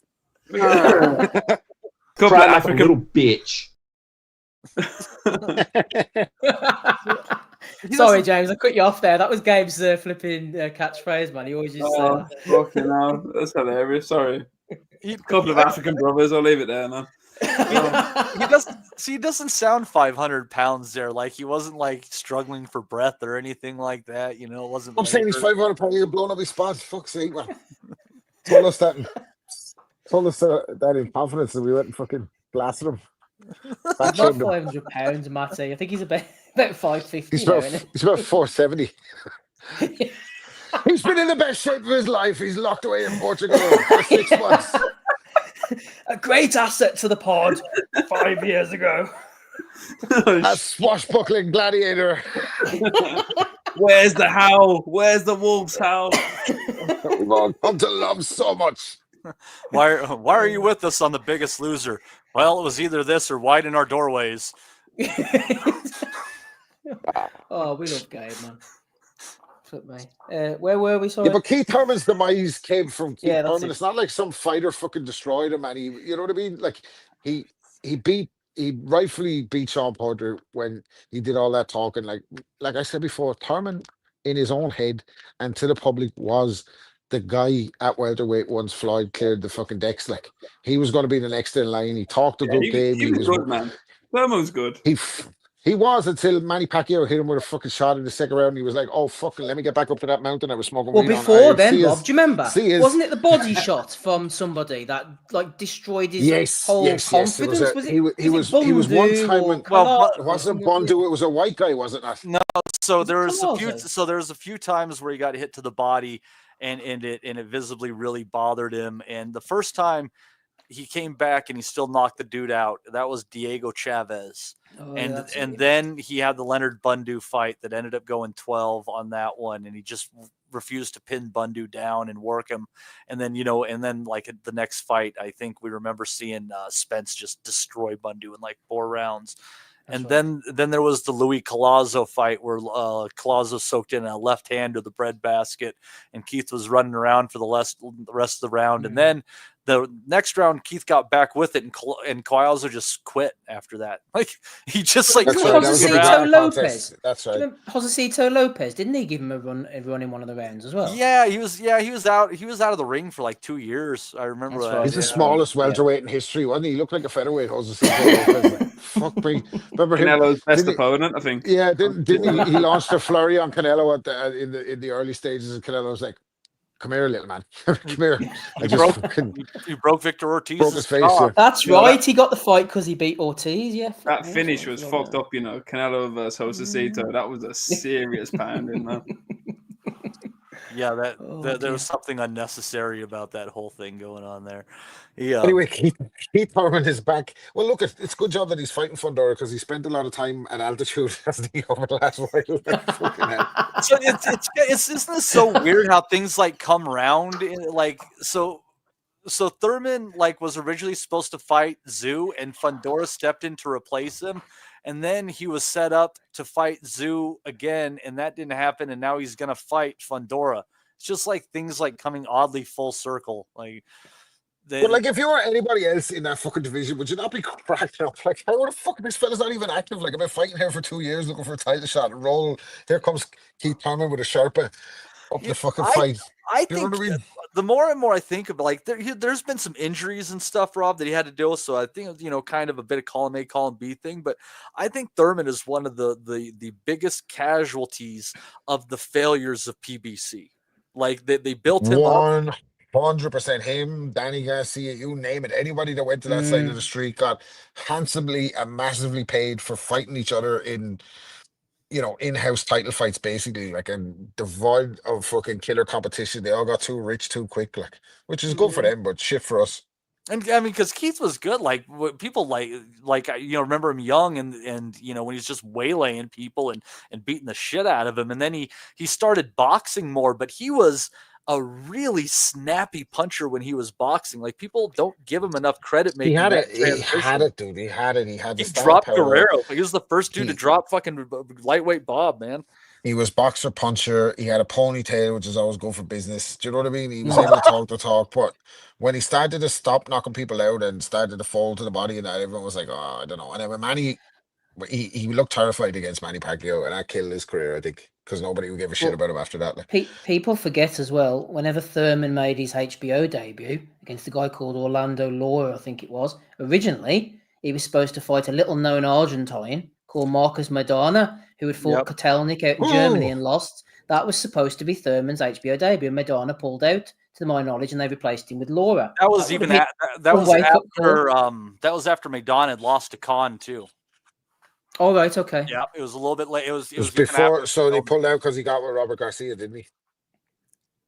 Oh, could possibly be. And I can't remember. I think that was when Garcia started training him, and then he changed him. Like, he started getting him off the jab, going up and down. Absolutely, Khan's best win, and it's absolutely a coincidence that Alex Ariza was in his corner. He developed shaking up that superhuman durability. I'm surprised there was any room left in the corner because Joe Cortez was in it as well, man. He kept breaking him every time he got there. For fuck's sake. Dude, that was such a great fight, man. And Khan dropped Maidana hard with that body shot. What was it? That body shot was ruthless, man. He crippled him with hard. Maidana was rolling around like a fucking. He was after getting halved, wasn't he? Like, it was brilliant body shot that was. No, Khan showed unbelievable balls that night. By the way, no, all jokes aside, that fucking not for the first time. Yeah, this kind of makes me want to. This kind of makes me want to have a full career retrospective on Marcos Maidana, because you think about it in blips and it's like, oh yeah, that was cool, but you put the whole thing together when he became more widely known, starting with the Victor Ortiz fight, and I mean, he had to have been in at least a half dozen absolute banging fights, and even ones where we thought he was going to maul somebody. Remember when we thought he was going to just destroy Eric Morales? Yeah. That's a fantastic fight that was, Yeah. Morales made that, and Morales gave him a right fucking that was. Do you know what? Those that you're bringing back so much nostalgia there, but they would have been HBO and Showtime days for the boys in the States, but Yeah. for us over here, a lot of that was on Box Nation, like, and Sky Sports, and Yeah, like AB fights, characters were missing, like Victor Ortiz and Lunatic, a fucking lunatic. Oh, your He man was off fucking, his head. but value every time he's quitting, he's going to break someone's jaw, his own jaw is going to get broken, he'll get disqualified, he'll fucking retire and go do Dancing with the Stars. He's fucking nuts. Like, we need him, but a big puncher and always in an entertaining fight, like always in an entertaining fight. Do you remember the Berto fight? Who would have picked Ortiz in that fight? What a That fucking crazy fight that was too.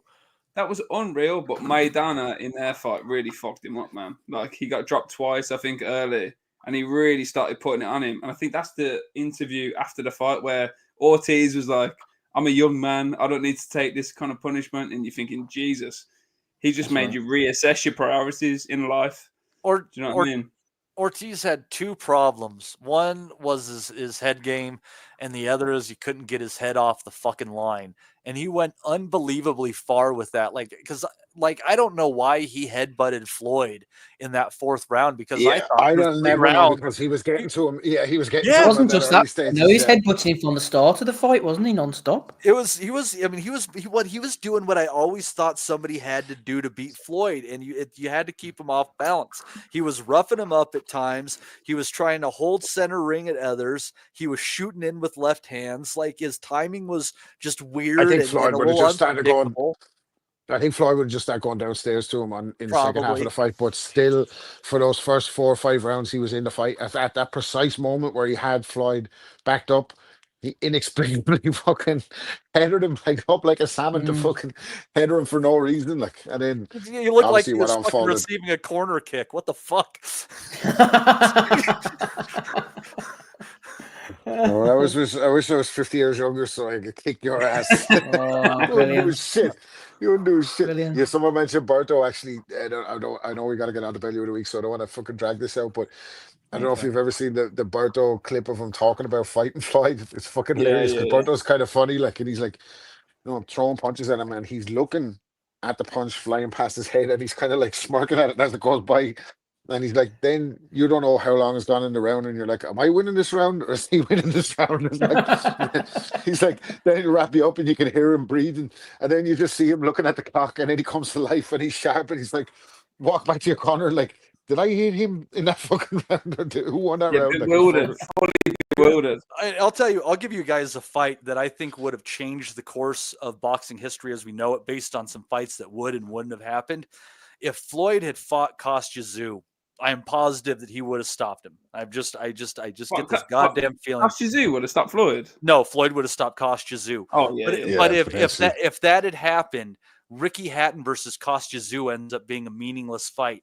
And what happens to the career of Ricky Hatton at that point? in time? It's all fucking Like, sliding doors moments, isn't it? Like, everything that happened around the welterweight and junior welterweight divisions from 2005 on completely changes if Floyd Mayweather had fought and beaten Kostya Tszyu. I do think. Sorry, go on. Go. No, sorry. I just on potential Floyd opponents, I do think we missed the Khan Mayweather fight. Would have been a massive fight, huge fight, and I just think Khan would have been up fucking 6-3 and gotten knocked out in the 10th. That's how I've always. I'm not saying. I'm not even saying like Floyd was scared of Amir Khan. I don't think he was scared of him, but I think on that Showtime run with the bad hands, every move was strategic. Khan would have caused them problems. He wouldn't have beaten him, but he would have caused them problems. I think Al-Azab Judah, especially that version of Khan. He was just so fast. Like, obviously, he always had his fucking deficiencies. His head was in the air. Floyd would have eventually figured him out. You'd imagine he wasn't going to knock him out, but I just don't think he fancied that static in the first 6. That pace of a fight either. Like, he should have made that fight. He gave the fight to Berto. Nobody wanted to fucking see him fight Berto if he was going to have one more fight. I can't really deserve that fight. He was trolling Khan, wasn't he, on Twitter and all? Do you remember, with the polls? Yeah, saying you'll never get the fight and all that. Like, but that was easy fodder for him. I think to turn the Khan fight down because Khan gave it to him on a plate, didn't he? Campaigning for it, like. But, he was begging for fights when he can't. At a certain point, that fight, I think we missed out on that fight. I think that would have been a brilliant night. Like, I think that would have been a great fight. But you know the fight that I think about with Mayweather, it was him versus Nas, and that was a real possibility. Well, that could have happened at featherweight. Yeah, it could have happened. Yeah. That's the fight that I think. Obviously, pretty boy Floyd, man. That kid was outrageous, man. He would have But beat the snot out of Naz. It would have Yeah, had I him don't at think Naz would have 130. ever fancied that. Like, you know what? It's one of those ones where, you know, the Kevin Kelly fight where Kevin Kelly, even though he's past his best, maybe 1 or 2 losses on his record, he was so sharp and so quick and so to the target. But I'm gonna Naz smoke was your boots. He told Naz that when he came to the exactly. UK. But like Naz in his prime, now I think he was already past his prime by the time he took the Kevin Kelly fight. But he had so much like unusual power. So he was just so unusual, like similar to Maidana. Opponents used to say, "Oh, it was the common thing about Naz's opponents back in the day. After they fought him, they used to always come out and say, "You don't know how hard he hits until you're in there with him. Like you think he could see." And it's a lot of that was you didn't see where the shot was coming from, but he had scary power for his. By the way, while we're on it, that fucking new fucking Prince Nazim trailer for the film. Have you seen that? Oh my god, looks good.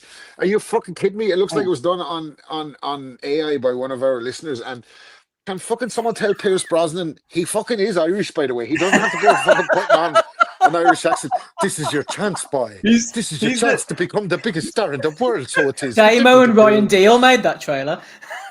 Fuck me, man. He's the least Irish sounding Irish man I've ever heard in my fucking life. And he's from Navan. Like, they're in Navan have thick, bong Irish accents like Navan. He's from there. Like, and he's like, he gets the role in Mobland and then he forgets that he's actually Irish. He's like, up into the night, we're going to kill this family. He's golden eyed, man. Have you guys ever? He's been James Bond for too long at this stage. You can't go back. Have you guys ever seen The Ghost in the Darkness? Just every day, Matty. It's a movie where these lions are killing people working to build a railroad in Africa. But Val Kilmer's in it, and he's playing an Irish guy. And if you haven't seen it, you need to watch it just because, like, depending on the scene, he either had the accent or he didn't. It was just like completely random. Like it was here and then it wasn't. It was here and it wasn't. So it ruined what could have been like a really. I still love it, but yeah, I don't know. Like, why can't people just hold up, Rob? Like, and hold. It's a hard accent to replicate. In fairness, you know what I mean. Every time I try, I end up sounding fucking Australian within 20 words. Come on, well, let's hear it now. You can't give us this. Give us no. I'm your Huckleberry. Go on, son. I'm too tired at this point in time. We'll try another day, though. Again, I've been living. It sounds like Value of the Week territory to me. Italian American. Yeah, that would be the kickoff to the Value of the Week for sure. Yeah. Trying to do or the Gad. We do the Gad being Jamaican. There you go. Oh, the Gad's featured. Kingston, Jamaica. I'll do my Italian American for you, buddy, if you want. Okay. Well, I'm scared, all right? That's like Katie Taylor. Hey, this fucking guy over here trying to talk like one of fucking us. I say, fuck you, man. Don't you fucking try to talk like one of fucking us. You ain't one of us. Where's the gabagool, man? Jesus. Yeah, I'll go have a sandwich. Gonna eat some Coca-Cola and some gabagool. I was rewatching Rocky 3 with the little one because she was sick and she'd never seen it before. And I was watching it and I was like, the more I was watching it, I fucking hate Adrian. Do you know Adrian? What a bitch, man. I hate her. Like, she's miserable. Maybe you should be a man. I remember she said to him at the bottom of the stairs in Rocky 4, she's like, you can't win. And I would have been like, you know what? Maybe not, but you know what I'm going to do? I'm going to go out and get my fucking Lamborghini and drive to this fucking No Way Out montage that I bought. So why don't you get the fuck out of this house, Adrian? Wouldn't you fucking piece of shit. Wouldn't it be better if, like, the beginning of the 6th Rocky was, like, Adrian dying and then he was just, like, Borat when they bring him the telegram telling him his wife is dead? And he's like, fucking hey, you're going to live it up. Let's get it right. Adrian was feeding parrots under a subway before Rocky got hold of her. So yeah, exactly. And then she's fucking flying around with a robot and she's all highfalutin. Remember when fucking Mr. T was like, hey, woman, she clutched her scarf all like, ooh. You get no shot. Anyway, sorry, Steve. Don't looks like a fucking drowned sewer rat and she's married one of the richest boxers in the world. Still bitches all the fucking time. Ending up in the poorhouse. Rocky should have gone to Value of the Week. You ruined Godfather 3. Value of the Week before my Adrian comes down the stairs after me. Go, Steve! Go, Steve! Hey! Oh dear, good stuff. Right, boys, let's go to Value of the Week for episode 630. Matty's here. Lovely to hear from him. Rob, Kelly, James, Justin's on the call as well with me, Steve. I've been digging into the archives. We went through, what is it, Andy being sold, and Ricky being sold into sexual slavery the other week. I haven't heard from Andy in a while, maybe. No, exactly. Maybe he's over in Chechnya somewhere. But we were discussing some of the classic value of the weeks, and this one came to mind. I think it may be Declan Graffin or somebody mentioned it to me, but there's a lot of shit talking in boxing. A lot of people like to have an opinion, and Bellew's not happy about it, but this was the least expected opinion of recent years, way back in episode 399. Let's hear who was talking smack about boxing back then. I think he could take him. Also, final one here from me. Andrew Maloney obviously getting robbed last night. We mentioned this earlier on in the pod. Everyone was getting stuck in. Everyone can have an opinion unless they've done it, as Tony Bellew says. Well, Helen Mirren's on Instagram talking shit. Actress. What? Until Helen Mirren's thrown a few punches, she can't say that Maloney was clearly robbed in Vegas tonight. Shame on the Nevada Boxing Organisation. Wait, what? Helen Mirren? That's Is it unbelievable. really Helen Mirren though, or is it somebody with that screen? Yeah. No, it's seriously verified and all that. Fucking hell, man. That's got to be one of the most random ones of the week. Wait, Helen we Mirren. find out what Dame Judi Dench thinks about all this. So we'll get Brenda Fricker on the phone right now. I'm just waiting for Meryl Streep to be like, Dave Allen is fucking shit. Queen Elizabeth's like, you've got to sack Fucking hell. Victor Loughlin right now. See, you've joined us just in time. There's been quite a few solid nominations, and if you saw this one, Ozzy, Helen Mirren getting stuck in on the Maloney. Did you see it? Outstanding, absolutely outstanding from Helen Mirren. God knows where that came from, but yeah, excellent that she's had a slide. Having a go at the Nevada Boxing Organisation as well. So yeah, fair play to Helen Mirren. Oh my God! Where's Barbara Streisand at? What's going on? So remember, Steve, I told you before, sometimes I listen back to the old episodes, right? And we just a Bellew in a week or something, right? And you play a clip like that, and then in my head, I'll go to say something, and then like a split second later, I said it 3 years ago. I was just about to say, I didn't know whether that was you, Rob, now or back then talking. Yeah. It sounds like I had a few on that night. I think that was COVID times, wasn't it? Oh, Dave was class, wasn't he, with these impressions? Victor Loughlin, he's brilliant, wasn't he? Okay, remember he didn't he do a Floyd Mayweather bit as the Queen Mother would do? Unbelievable. Oh man, good times, yes indeed. Helen Mirren getting stuck in there. A few more we've got as well here. GBM Sports, we're on the old Twitter getting down with the kids. They said, hi Grok, who was the most famous person to visit my profile? It doesn't need to be a mutual, don't tag them, just say who it was. A few people said this was a bit cringe. Well, they were laughing on the other side of their faces when they found out that GBM Sports are followed by the most famous person to visit your profile is Lou DiBella, the Hall of Fame boxing promoter, doing bits there over at GBM. Do you know what? Some young lad from my town did that, didn't it? And I was number 5 on his top 5 most famous people that have visited his profile. But I was outraged because you know what I said I was? Podcaster.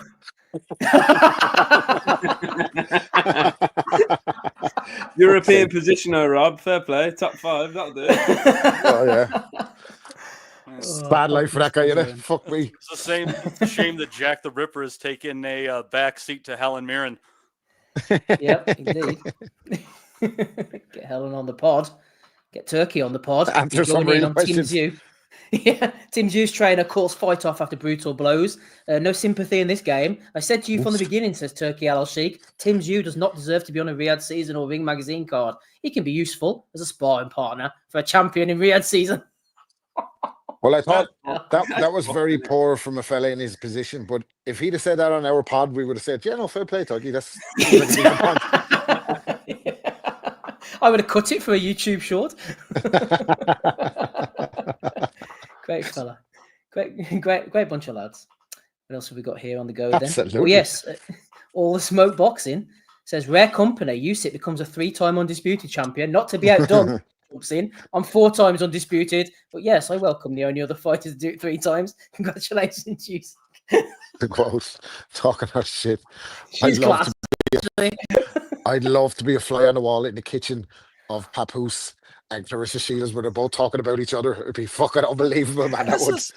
this is the difference, though, is, you know, like these other people have like gotten their titles like through some serious quality opponents. Like Clarissa Shields has beat up more fat women than a 5-time divorcee who lives in a trailer park.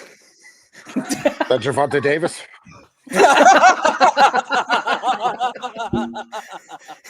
All charges dropped, by the way, this week against Gervonta Davis. That's just allegedly, a joke. Yeah, that wasn't a settlement or anything there. Yeah. Well, I mean, talking to the community, Dejuan Calloway, friend of the pod, £418, fought in Cleveland recently against £313 Justin Navaria. And I have the footage here. Look at this for a knockout, the future of the heavyweight division, Mr. Calloway. First round, no less.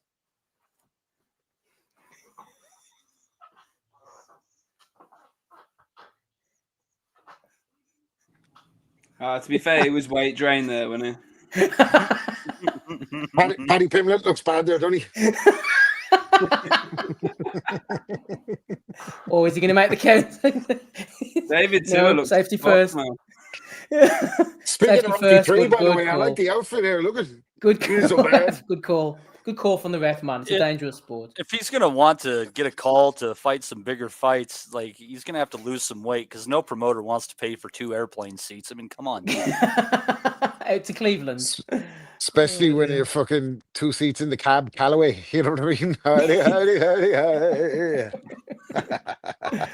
Well, he's moving up in the world, Rob. He started professional £347. He's now 418. So he's going in the right direction.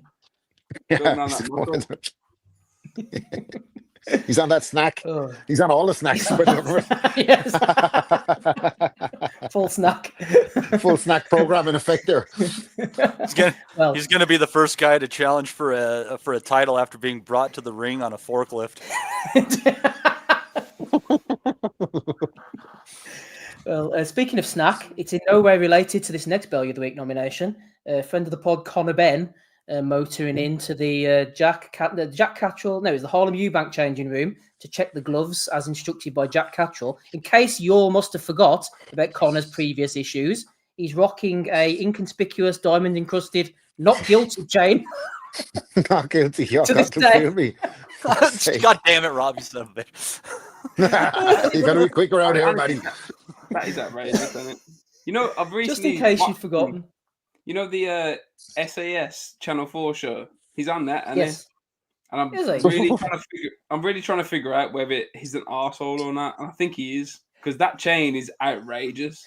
You should not buy $100,000 chain professing your innocence if you're actually innocent. The lady doth protest too much, I think.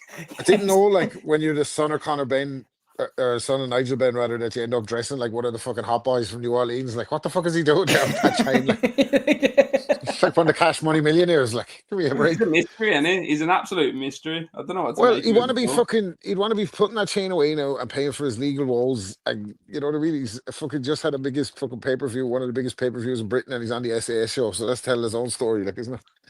Yeah. Why not buy a rental property instead of a chain? I mean, this fucking might not be that smart, but fuck. I just think some things seem to be, Not as goddamn cool, is it, obvious. Matty? Yeah, no, it's not as cool to fucking have fucking wealth. Well, he's sad now, but he said to hawk the chain. There he is. He's sad because Conor Ben in the last 2 years called out Stevenson, Haney, Garcia, Barrios, Pacquiao, Buck, Khan, Romero, Ennis, Thurman, Ugas, Crawford, Taylor, Spencer, and Ortiz, and has bought none of them. He's basically the guy that swipes on every woman on Tinder, allegedly, and sees what sticks. Yeah, spaghetti theory. Throw it on the wall, see what sticks. Fantastic hairline, though. Fair play to him, man. He's a handsome beard boy. line. That beard line that he got transplanted onto his face and then shaved it off. Whoa, where are these baseless allegations coming from? He was advertising for the fucking British beard clinic a few years ago, and he got a beard replacement, and then he got like and then he fucking shaved it off. So because he could, Rob, because he could. But some poor fucker listener of ours was after getting a tattoo of him on, but I think he had the beard on. Like, so now what does he do? Do you know what I mean? But he could have got a hair transplant, Rob, like this fella here. Oh my God! Shiraz, congratulations! Not longer! Oh my God, you got knocked out!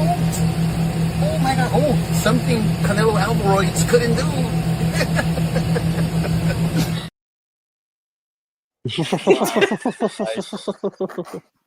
I agree with that drunken mop right there. You know when you go a bit too far on the session and you think, I'm fine. And like, no, you start taking shorts and you go to a house party and you just start saying mad shit. Every time I see De La Hoya in one of those videos, it's like he's in that state. It can't be That's that him only starting, James. It's in his 50s. What is going on? That's the beginning of his night. Like some fella in the kitchen telling you what he do with the local hard man. I'm not scared of him, man. If I fucking saw him, I fucking... Yeah. Canelo's a pussy. I think Oscar's on. You notice they allege that Oscar dabbles in cocaine. Now I haven't seen any evidence of that. No, that's a joke. Come on, man. But that looks like the pink cocaine that he's on there, don't it? Like he's too He's comfortable. like a camp evil villain, isn't he? Now? Yeah, he's too comfortable in that wig. Like, is that his alter ego all the time? Like when he goes there, he falls out the mist and just pops out from behind the fucking wardrobe with that wig on him. Do you remember when he went to that press conference and he said to Canelo, like, Golden Boy's my company, it's my name, put some respect on my fucking name. It's like, mate, you've been photographed in fishnets and high heels. Yeah, it's hard to That's what Canelo said to him, wasn't it? The makers of pots and pans are confused. Why is he doing this to the handles of our pans? Do you not remember that famous Canelo? No, it was for the Munguia fight. Pots and pans creators are confused. Why is he shoving his pants? That's what he said. Oh man, Canelo should have learned English 10 years ago, man. Imagine the quotes we would have got out of him. He's fucking English speaking Canelo is amazing, man. Get the fuck out of there. I'm gonna fuck you right now, man. I'm gonna fix him for you. Don't worry. Yeah. Oh dear. Right, what else we got? Let's have a quick look here. We have Malignaggi versus Tyler Goodjohn. Just what Paulie needs, back into the octagon, the BKB Trigon for the first time in Bristol, naturally. For the Police Diamond. Joseph. Hang on, what is it? I can't read this. The Police Gazette Diamond belt to become a two-sport world champion against former porn star Tyler Goodjohn. I was going to fucking say, is he a porn star? Like, that sounds like such a porn star name, Tyler Goodjohn. Like, doesn't it? Versus Malignaggi. I could have been a porn star myself. I had the equipment. Ask anybody, you guys. Johnny Big Dick. If you had Margot Robbie. Remember that one? Fucker. Yes. He's already got a screw loose, man. Don't put him in the BKB. It's the last thing you need in life. Do you know who else Liked is going by in Anthony BKB? Crawler. Liked by Anthony Crawler. Do you know who else is going in one? James DeGale. I was happy for James DeGale, man. I thought James DeGale played it beautifully. Big mouth during his career. Retired with grace. We never saw him again. He did what Tony Bellew said that he was going to do. And he fucked off. We never heard from him again. And now he's back for a BKB fight. Fuck me. Terrible. He used to mark up anyway. Like, what's he going to break in a fucking... What are they doing this for? Like, money, obviously, but fuck's sake. That BKB is brutal. Like, I hate it. Like, yeah. So it's so different from boxing, you know. You see, like, actual next level. yeah, they just plant their feet. There's nobody gets on a back foot or anything in BKB. Just plant their feet. Just fucking. That's why the boxers can't cope, can they? Because they're going out for like a run around the ring, and these guys like who have flipping fights of the weekend, just grabbing them like a fucking, smashing their eyeballs. There's only one guy who's half decent on a boxing level in BKB, and it's Conor Tierney. And Oscar the rest Trout's of doing BKB too. Oh yeah, well he did half decent his first one out, but you know their faces they just melt. You know, without the gloves, their faces just turn to fucking mush, and you really see the difference. A high guard doesn't matter in BKB. Like it doesn't fucking. You have too much. It's absolutely brutal. It's brutal, man. Yeah. You seen Malignaggi's first fight against that Artem Lobov, didn't you? And he was shit, and he lost that fight. So I don't know what he's going to do. Malignaggi, a knuckle broken non-puncher. He had a head like a pumpkin after the fucking Lobov fight. What's he going to look like in this one? I'll tell you what. When it comes to BKB, though, the problem is there's like not enough money there to get the real talent. But if you get a guy who's like a real pocket fighter, like fucking James Toney style, he is going to fuck people's world in that. That's the style for bare knuckle. Hold the fucking. Don't say that out too loud, James Toney. I know. Yeah, that's the last thing he needs. Him against Joe Joyce in bare knuckle. You hold the center. You fucking you try to roll shit and just fucking come back with shots like that. Tony would have owned that fucking sport. They are Matty James Toney against Joe Joyce at the space travel convention. That could have been the fight that you didn't know you needed. Winner gets to go up with the visitors and come back with JP. Elon Musk and Brian Peters in the fucking space rocket. Brian Peters, yeah, in the corner on the spacecraft with the spit bucket. With Jeffrey Bezos, that man. Oh dear. Yeah, these boys need a dose of honesty from Chisora, who's been dropping another. You got to be honest. Yeah, let's listen now. Yeah. Cheers for that, mate. Bacoli, come here. You know, Bacoli, yeah, I'm gonna have a go at you now. Yeah. Yeah. I mean, like, you fight, you go back home to Africa, you forget that you're an athlete. Yeah, look at you right now. You're as fat as fuck. I don't understand what the fuck. You meant to represent our brothers and come in shape, bro. Can you please do me a favor? Yeah, go on. Can you ask Ben Shalom why I'm not fighting in the UK? Because.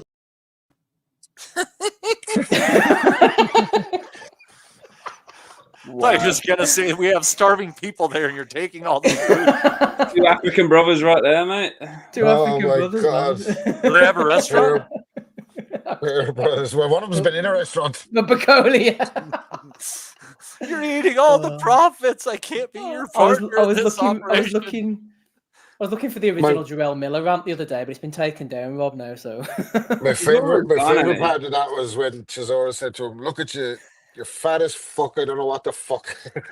Absolutely unbelievable. He's gone. Chisora is fucking gone, you know. But that other, the video that you shared, I can't remember who shared it in our chat, but like I can't tell if he's punch drunk because you look at his eyes, he's stoned to fuck, man. Yeah, he's drunk, didn't he? I can't tell if he's punch drunk. I just think he's been hitting the fucking wacky weed. That's all. Been hitting the wacky weed in the dome repeatedly for the past 10 years, man. He's like a bit of an anomaly himself, but it's not going to end well for him. The fact that he puts it on people randomly, he's out of this world, and he's Chisora. Like, he's the baddest man. He keeps getting dragged along by the skin of his teeth too. Like if he hadn't knocked Joyce down, he would have lost that fucking fight. Yeah. It would have been over and done with, and Joyce would have had another one, but Chisora could have finally rode off. But nope, he scored that fucking knockdown. You know, breathing out of his mouth against the rope. Fucking, here he is again. Well, Dillian White had plenty to say about Chisora in the build-up to the fight. He said, "I almost ended Chisora's life. He's 70,000 years old and smells." There's some boxing journalism. Where's Des? He also answered in a vox pop, "What would you do if you met a certain?" So they'd say this fighter, that fighter, and he's like Derek Chisora, and he's like, "I'd run him over with a car, then I'd reverse over him, then I'd get out of the car and I'd kick him in the dick loads of times, and then he did it." He did a demonstration of the kick that he do to the dick of Derek Chisora. What so the I hell? don't think there's any love lost there between the boys. Oh dear me! Right, final couple now. The heavyweight title was being fought in Mexico, and there was a lot going on in here. The two fighters are just the least of it. The ring announcer, what an absolute guy, man! We need to get this guy over to one of the real season cards. Check this out: heavyweight title in Mexico.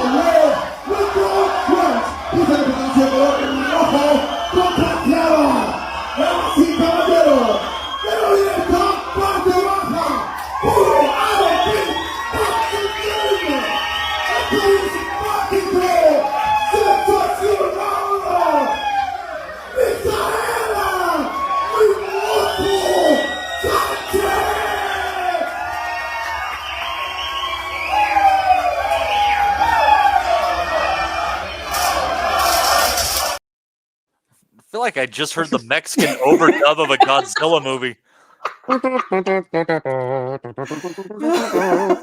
He is in bed by 9 p.m. every night, guaranteed. He's a very calm guy.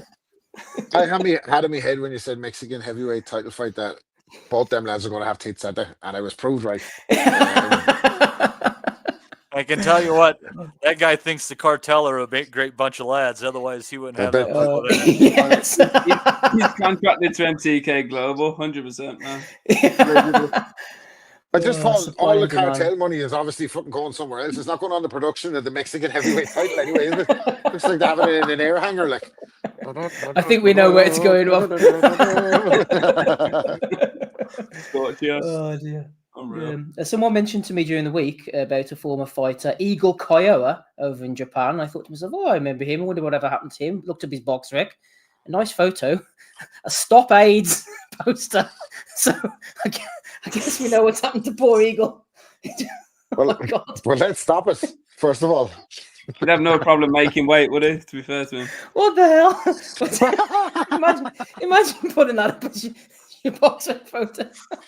Oh, those look a bit like fucking Tom Hanks in Philadelphia there, though, when you look at him. Oh, good lad, good lad. Final few now. He's playing Rocky 5 DVDs in this house. Exactly. DAZN giving us the information here. Moses Automa knocks out Dillian Whyte in the first round. Ooh. Never miss up a hustle here, Rob. Buy Automa versus Whyte now here. Yeah, I wonder what happens. Okay, thanks for that. Oh dear. What else have we got? Let's have a look. Oh, the Gad. He's back at it again, isn't he? Here he is. The Gad. He's back at it. Literally thinking to myself, yeah. Did you shower before you fought then, yeah? Huh? Never mind. It's an in-joke. Anyways. Do you shower?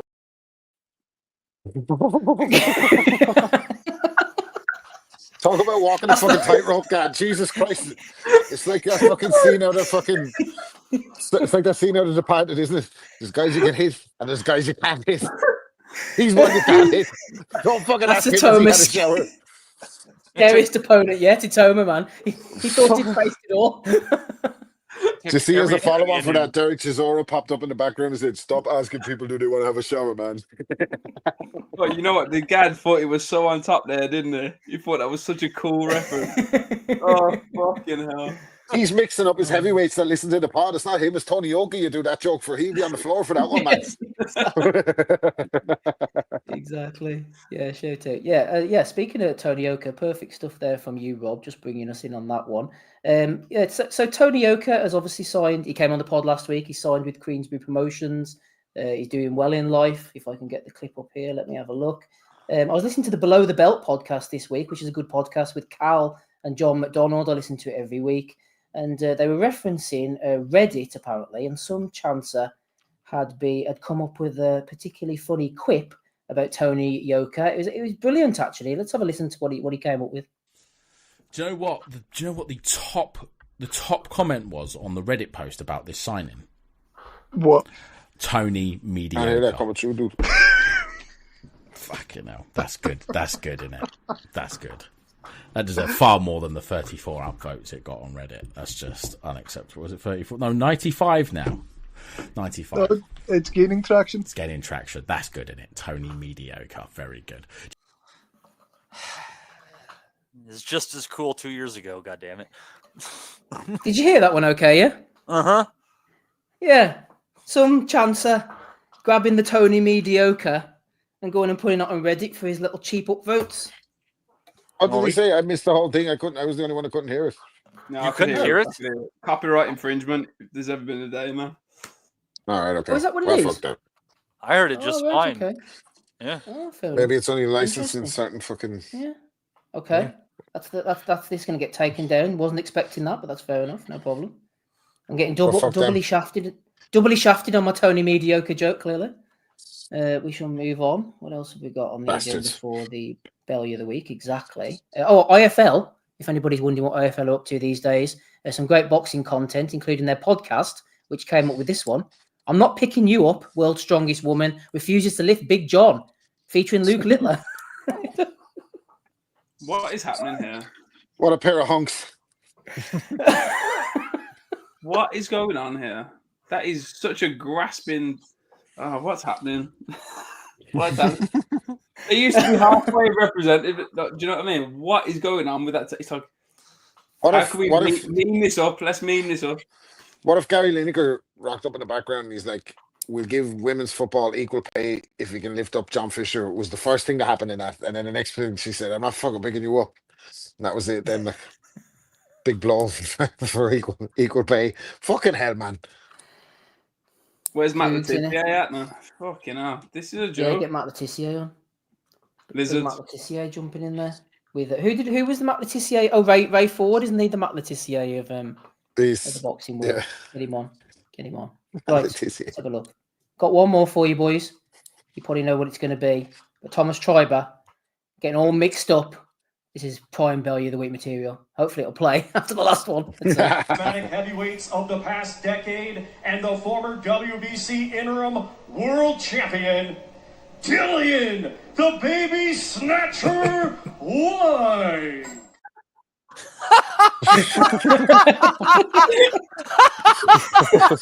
Oh, fucking hell. I told the boys. I told the boys in the chat, fucking Kate and Jerry McCann doing the ring walk there for fucking Dillian last night. We missed him. You weren't the only one, Rob, actually. Shout out to Thomas Newman. He put a similar one. He said Adam Smith chimes in with, although Dillian is called the baby snatcher and lives in Portugal, it has nothing to do with... Bastard, I missed that one. Yeah, God, beautiful time of year, man. How did you prepare for this fight, Dillian? I was eating tapas in Praia de Luz. My friends Well, did were you see him watching the kids this time. Oh, He shit. confronted him, didn't he? He called him over on the Seconds Out video and he says, Thomas, you're professional, but that was unprofessional. The baby snatcher. Unbelievable. Just make sure the QAnon crowd doesn't hear this, or they're going to be at his doorstep.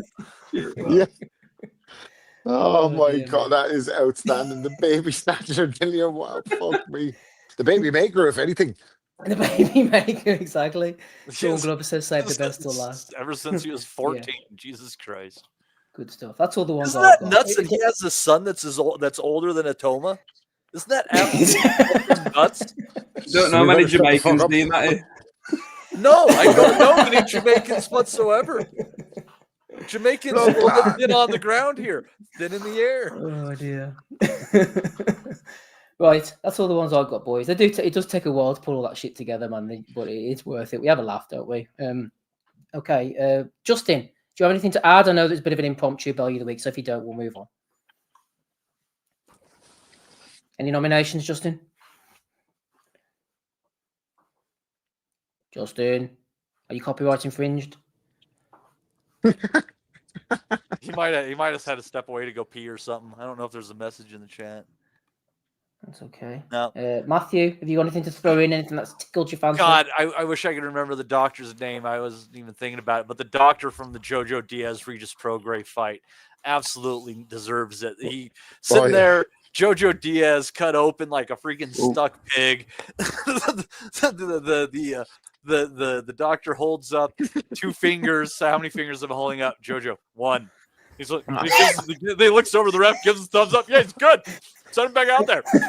Matt, have we ever seen that? I've never seen anybody fail the test and they still pass it. I've never seen that in 25 years of watching boxing. I've never seen anybody fail and they go ahead, you're cool. Go ahead and don't worry about it. I've seen trainers do the taps on the knee in the corner to get him to pass it, but I have never seen a doctor just reject what they saw with their eyes. I watched the fight. I watched the fight in the Philippines where the guy got cut and they put a Band-Aid on it. And this was worse than that. You ever seen that? No. It was in the Philippines, and they were like doing his cut, and the guy just got a Band-Aid and put the Band-Aid over his eye, and the referee walked up to him and said, "You can't put a Band-Aid on his eye." I've never fucking seen that. I've got the picture. Yeah, he just put the Band-Aid on and said, "Go." And he was starting to fight, and they were like, "Hold on, you can't put a fucking Band-Aid on your eye." How else are you supposed to honor 2005 Iran Nelly? Right. Rob, have you got any nominations? You're always good for a gag. I like the Derek Chisora appearance on TalkSport when he popped up the guy to tell him stop asking fighters how to have in a shower. This is weird, man. He said to him, he's like, no, it's the thing from the 70s where, and Spencer goes to him, but have you ever in your experience met a fighter who wanted to come into the ring smelly? Might be a good way to keep your opponent from clinching too much. Well, that was the thing, wasn't it? Didn't David Hayes say that Nikolai Valuev was stinking? He didn't want to clinch him or something towards the end of the fight, something like that. I don't think Not Nikolai scared of the Valuev. clinch. I Hey. don't think Nikolai Valuev could reach everywhere he needed to wash at that height. Hairy One of those motherfucker things. value it was. It's like, where are you getting that smell from? Oh, that's the back of his knee. Oh, God. Like Dan Raphael's fleece. Anyway, Jesus. James, do you have anything to throw in that's made you laugh? Mate, I'm still not convinced that Gad one's real, man. That is outrageous. But, It's real. but nothing's beating the baby snatcher, man. You know, Dillian, Epstein, White. It's fucking outrageous.